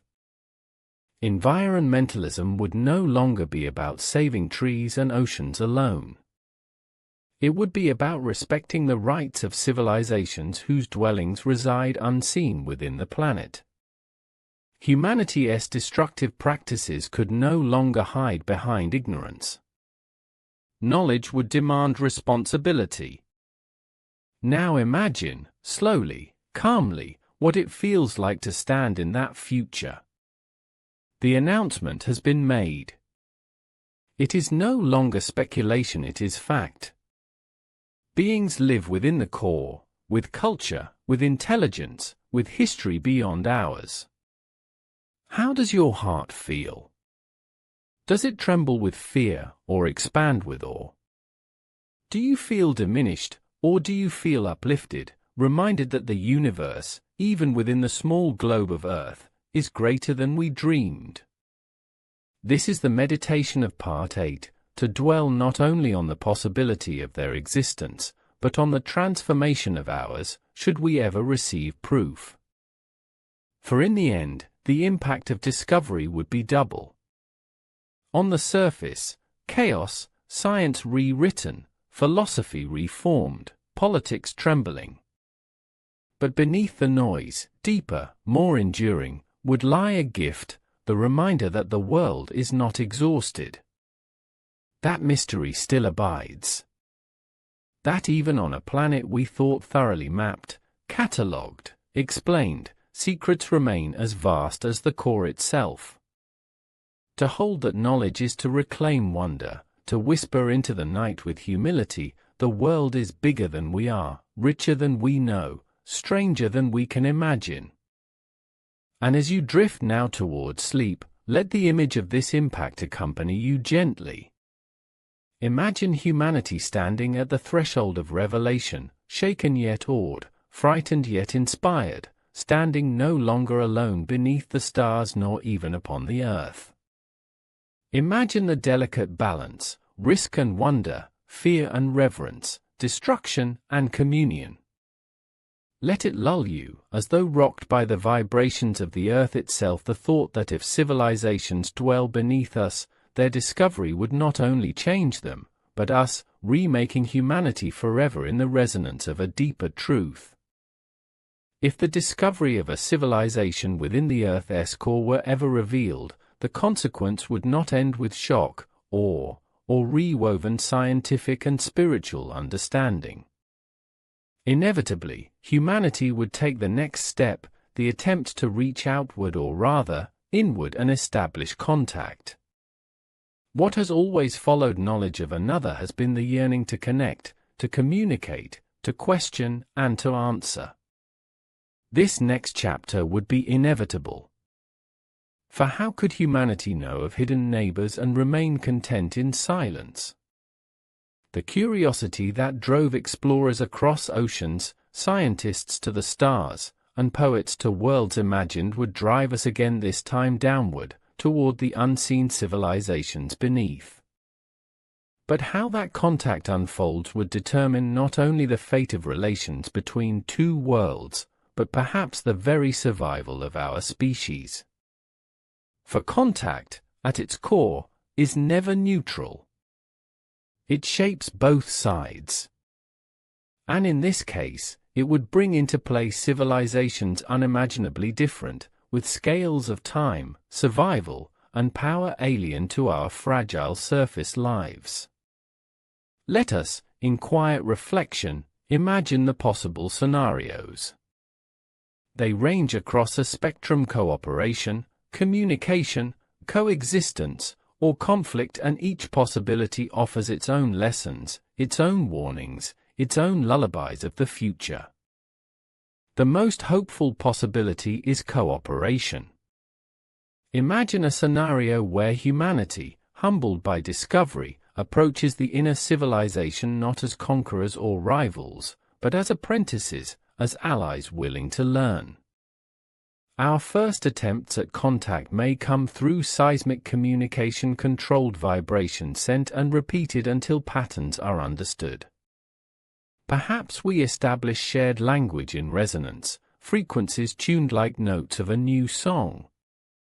In this vision, dialogue begins slowly, softly, with echoes through iron and rock serving as our first words to each other. Patiently, carefully, mutual curiosity grows into shared trust. And then, one day, a breakthrough, direct response, unmistakable, rhythmic pulses, not random but deliberate, the first greeting from beings who have watched us quietly for eons. Such cooperation could blossom into exchanges of knowledge. They would teach us harmonics beyond imagination, healing through resonance, technologies fueled not by consumption but by balance. We might, in turn, offer them glimpses of stars and skies they have never seen. A partnership would emerge, not one of dominance but of complement, as if two halves of Earth's consciousness, long divided, had finally reunited. Such an alliance could transform all. Wars above might cease, now made trivial by the realization that cooperation is not a dream but a planetary necessity. Entire civilizations could reorganize around the shared goal of union between surface and core, blending two ways of life into something greater than either alone. In such a future, humanity might find its highest potential not in conquest, but in communion. Yet cooperation requires not only intentions but patience. For communication itself might challenge us beyond measure. Imagine attempting to understand civilizations whose thought flows not in words but in harmonies, whose time unfolds not in years but in ages, whose identities merge into resonance rather than fixed individuality. Our impatience might shatter the delicate thread of trust before it fully forms. To them, our rapid lives, our short memories, our chaotic politics might appear as noise, discord too unstable to risk engagement. To us, their deliberate pace might appear as silence, indifference, even disdain. Here lies the deep paradox of communication: the slower, stranger, and older the other, the greater the risk we miss their voice entirely. And yet, if we learn to quiet ourselves, to listen across spans of time, humanity may find its way into continued dialogue. Thus, the first path forward is communication, hard, slow, but possible. But not all paths shine with hope. We must also imagine the shadows: conflict, discord, confrontation. For human history shows a pattern difficult to ignore: when civilizations meet, disparity yields strife. The more powerful overwhelms the weaker, intentionally or not. Knowledge is exploited. Resources are stolen. Cultures collapse under pressure. What happens if humanity approaches the inner civilization not with humility, but with hunger? What if governments, corporations, or militaries see not neighbors but resources? Imagine, then, expeditions not to greet but to drill, to dig, to invade. Imagine weapons designed to penetrate crust and mantle, to probe where they are not invited. To us, it might seem conquest. To them, it would be intrusion. And against civilizations that have endured pressures beyond our comprehension, armed with technologies born of fire and resonance, conflict would not be equal. It would be catastrophic. For if inner beings possess sciences woven into the Earth's fields, then they may also command the very forces we depend upon. They could bend the magnetic field, disrupting satellites, erasing electricity across continents. They could shape seismic waves, sending tremors upward like subtle messages, or devastating quakes to silence aggression. They could control pressure flows at boundaries, driving eruptions and volcanic storms wherever they wish. Our jets, our missiles, our machines fueled by fragile combustion could be rendered irrelevant in an instant, dwarfed by beings who manipulate forces at planetary scale.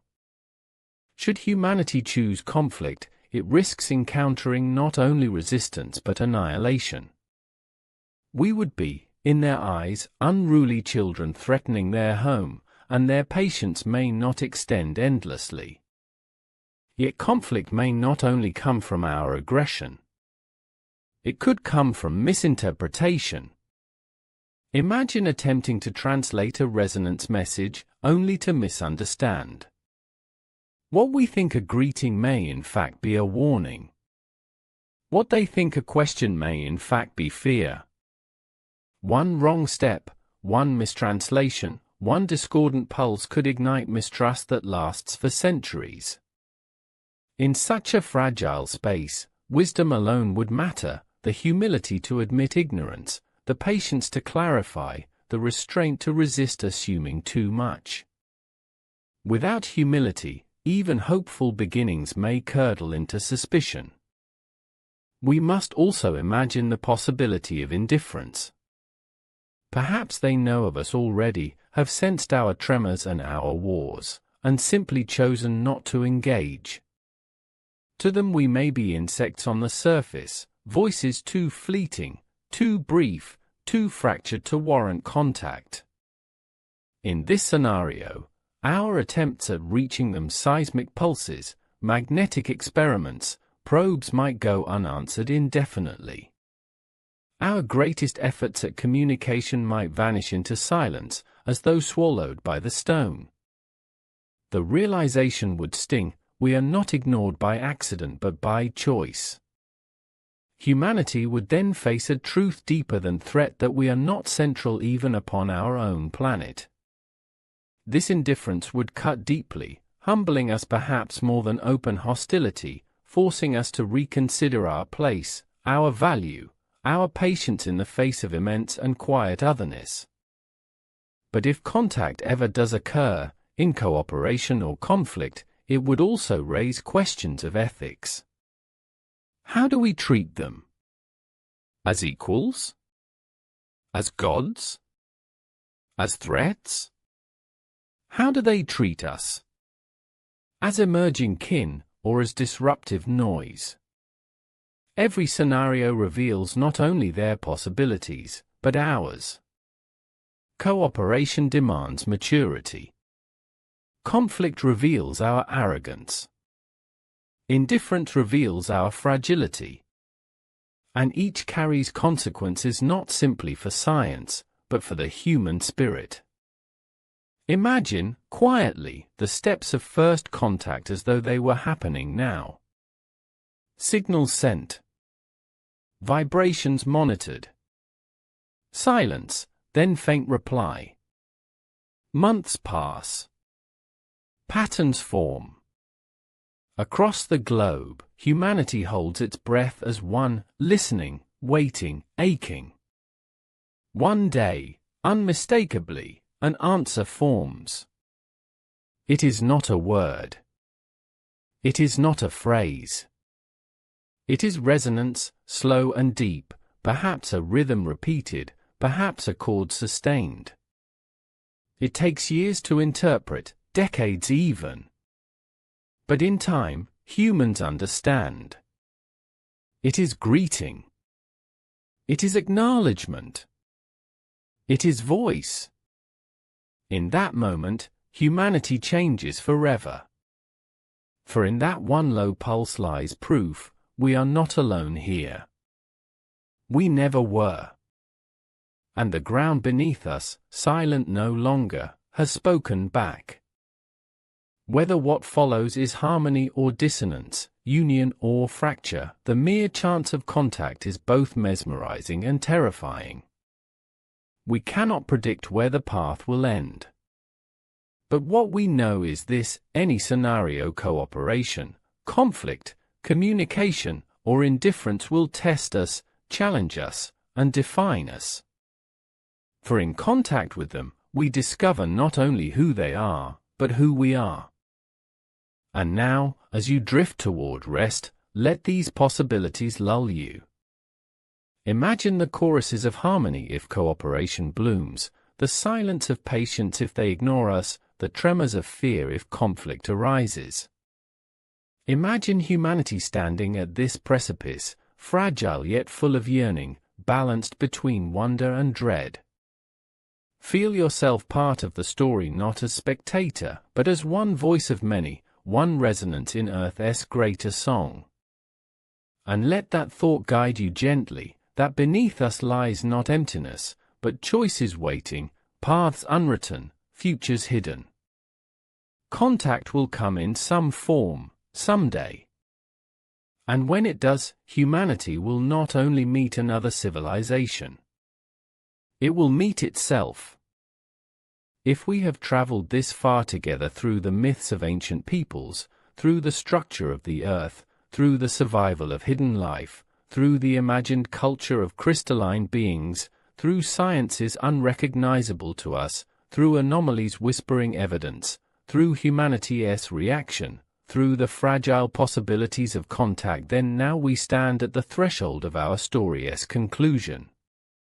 And what remains to be asked is not only whether such a civilization exists, but what meaning it carries, even if it lives only within imagination.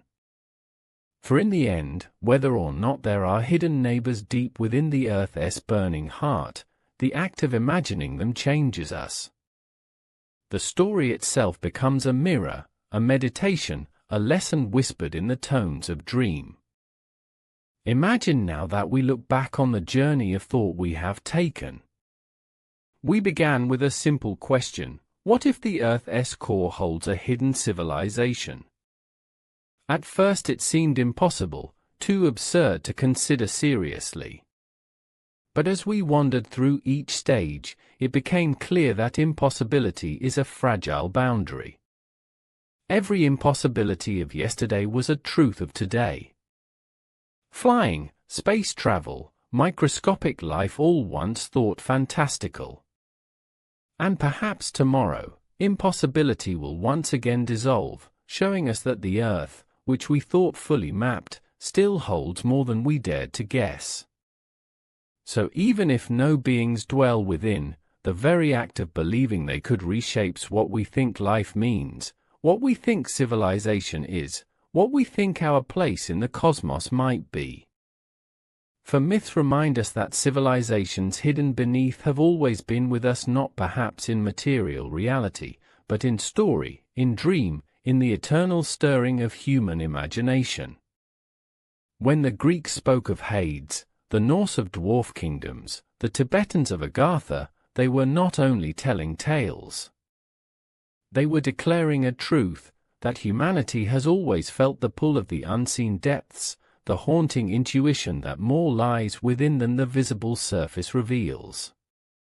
These stories endure because they share a common thread across cultures, across time. The underworld, the inner realms, the hidden societies, they reflect our inner longing for mystery, for meaning, for layers beneath. When we imagine beings surviving in molten seas, feeding on resonance, harmonizing with magnetic flows, we were not only constructing fantasy. We were also practicing empathy of the most radical kind. We were learning to imagine life utterly unlike ourselves, life that thrives under conditions foreign to surface creatures like us. This capacity to imagine the other, the alien, the hidden, whether in the stars or in the core, is itself the root of compassion, of wisdom, of growth. For when we picture other lives, however different, we unsettle the arrogance that claims our way is the only way. In doing so, we prepare ourselves not only for discovery of others, but for deeper discovery of our own selves. When we pictured their culture, their art woven from vibration, their religion of resonance, their collective societies humming in unity, we unknowingly created a vision of our highest hopes as well. Would it not be beautiful if humanity, too, lived in resonance? If our conflicts resolved themselves not through violence but by retuning to new harmonies? If our history were preserved not in fragile books but in the living refrains of our communities? Their imagined culture is not only theirs, it is our aspiration, embodied in dream. In this way, the story of inner Earth civilizations becomes a parable of peace, a song teaching us how we ourselves might choose to live. When we reached their technologies, we saw not machines of consumption but tools of collaboration, technologies inseparable from life and environment. Their sciences did not exploit resources but harmonized with flows. And in that picture is a message to us living on a surface where exploitation has scarred forests, skies, and seas. If civilizations can thrive for billions of years within the impossible furnace of the planet, perhaps it is because they learned not to fight their world but to belong to it. And perhaps that is the greatest lesson, that true advancement does not mean separating from nature but deepening within it, becoming indistinguishable from its rhythms, until technology and being are one harmonious whole.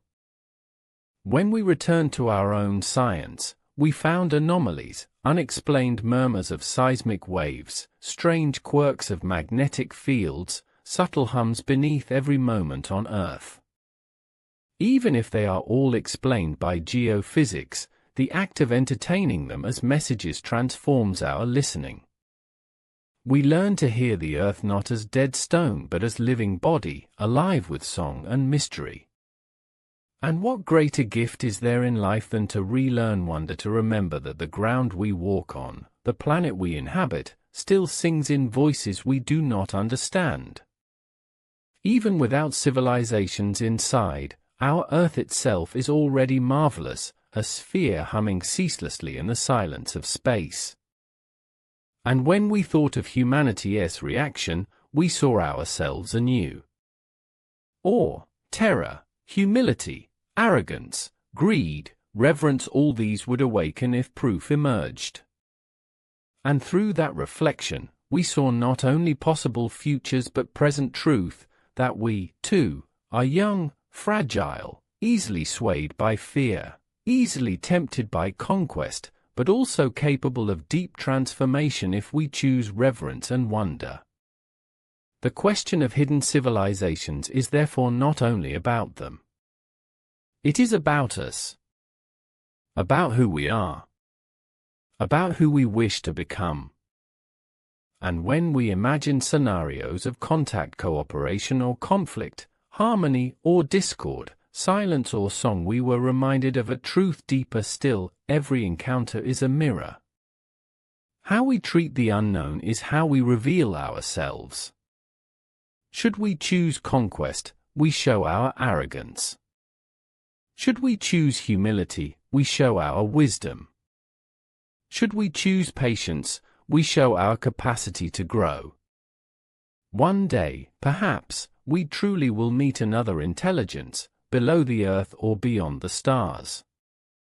When that day comes, our response will be a testament not to them, but to us. To our readiness.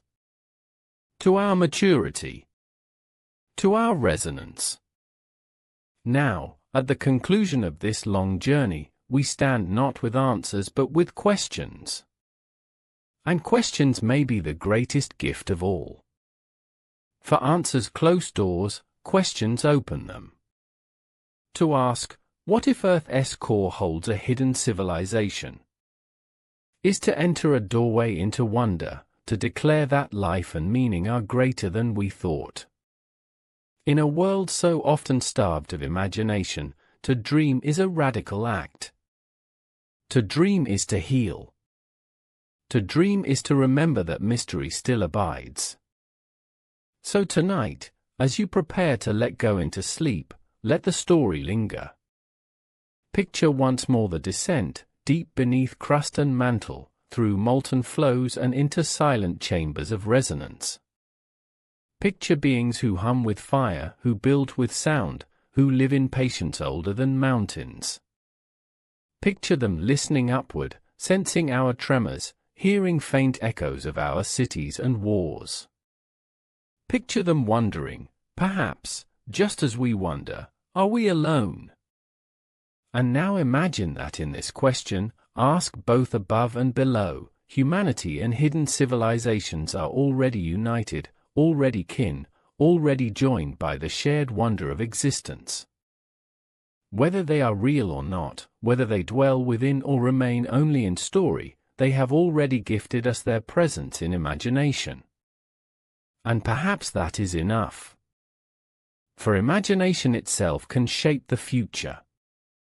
Today, it gives peace. Tomorrow, it may give direction.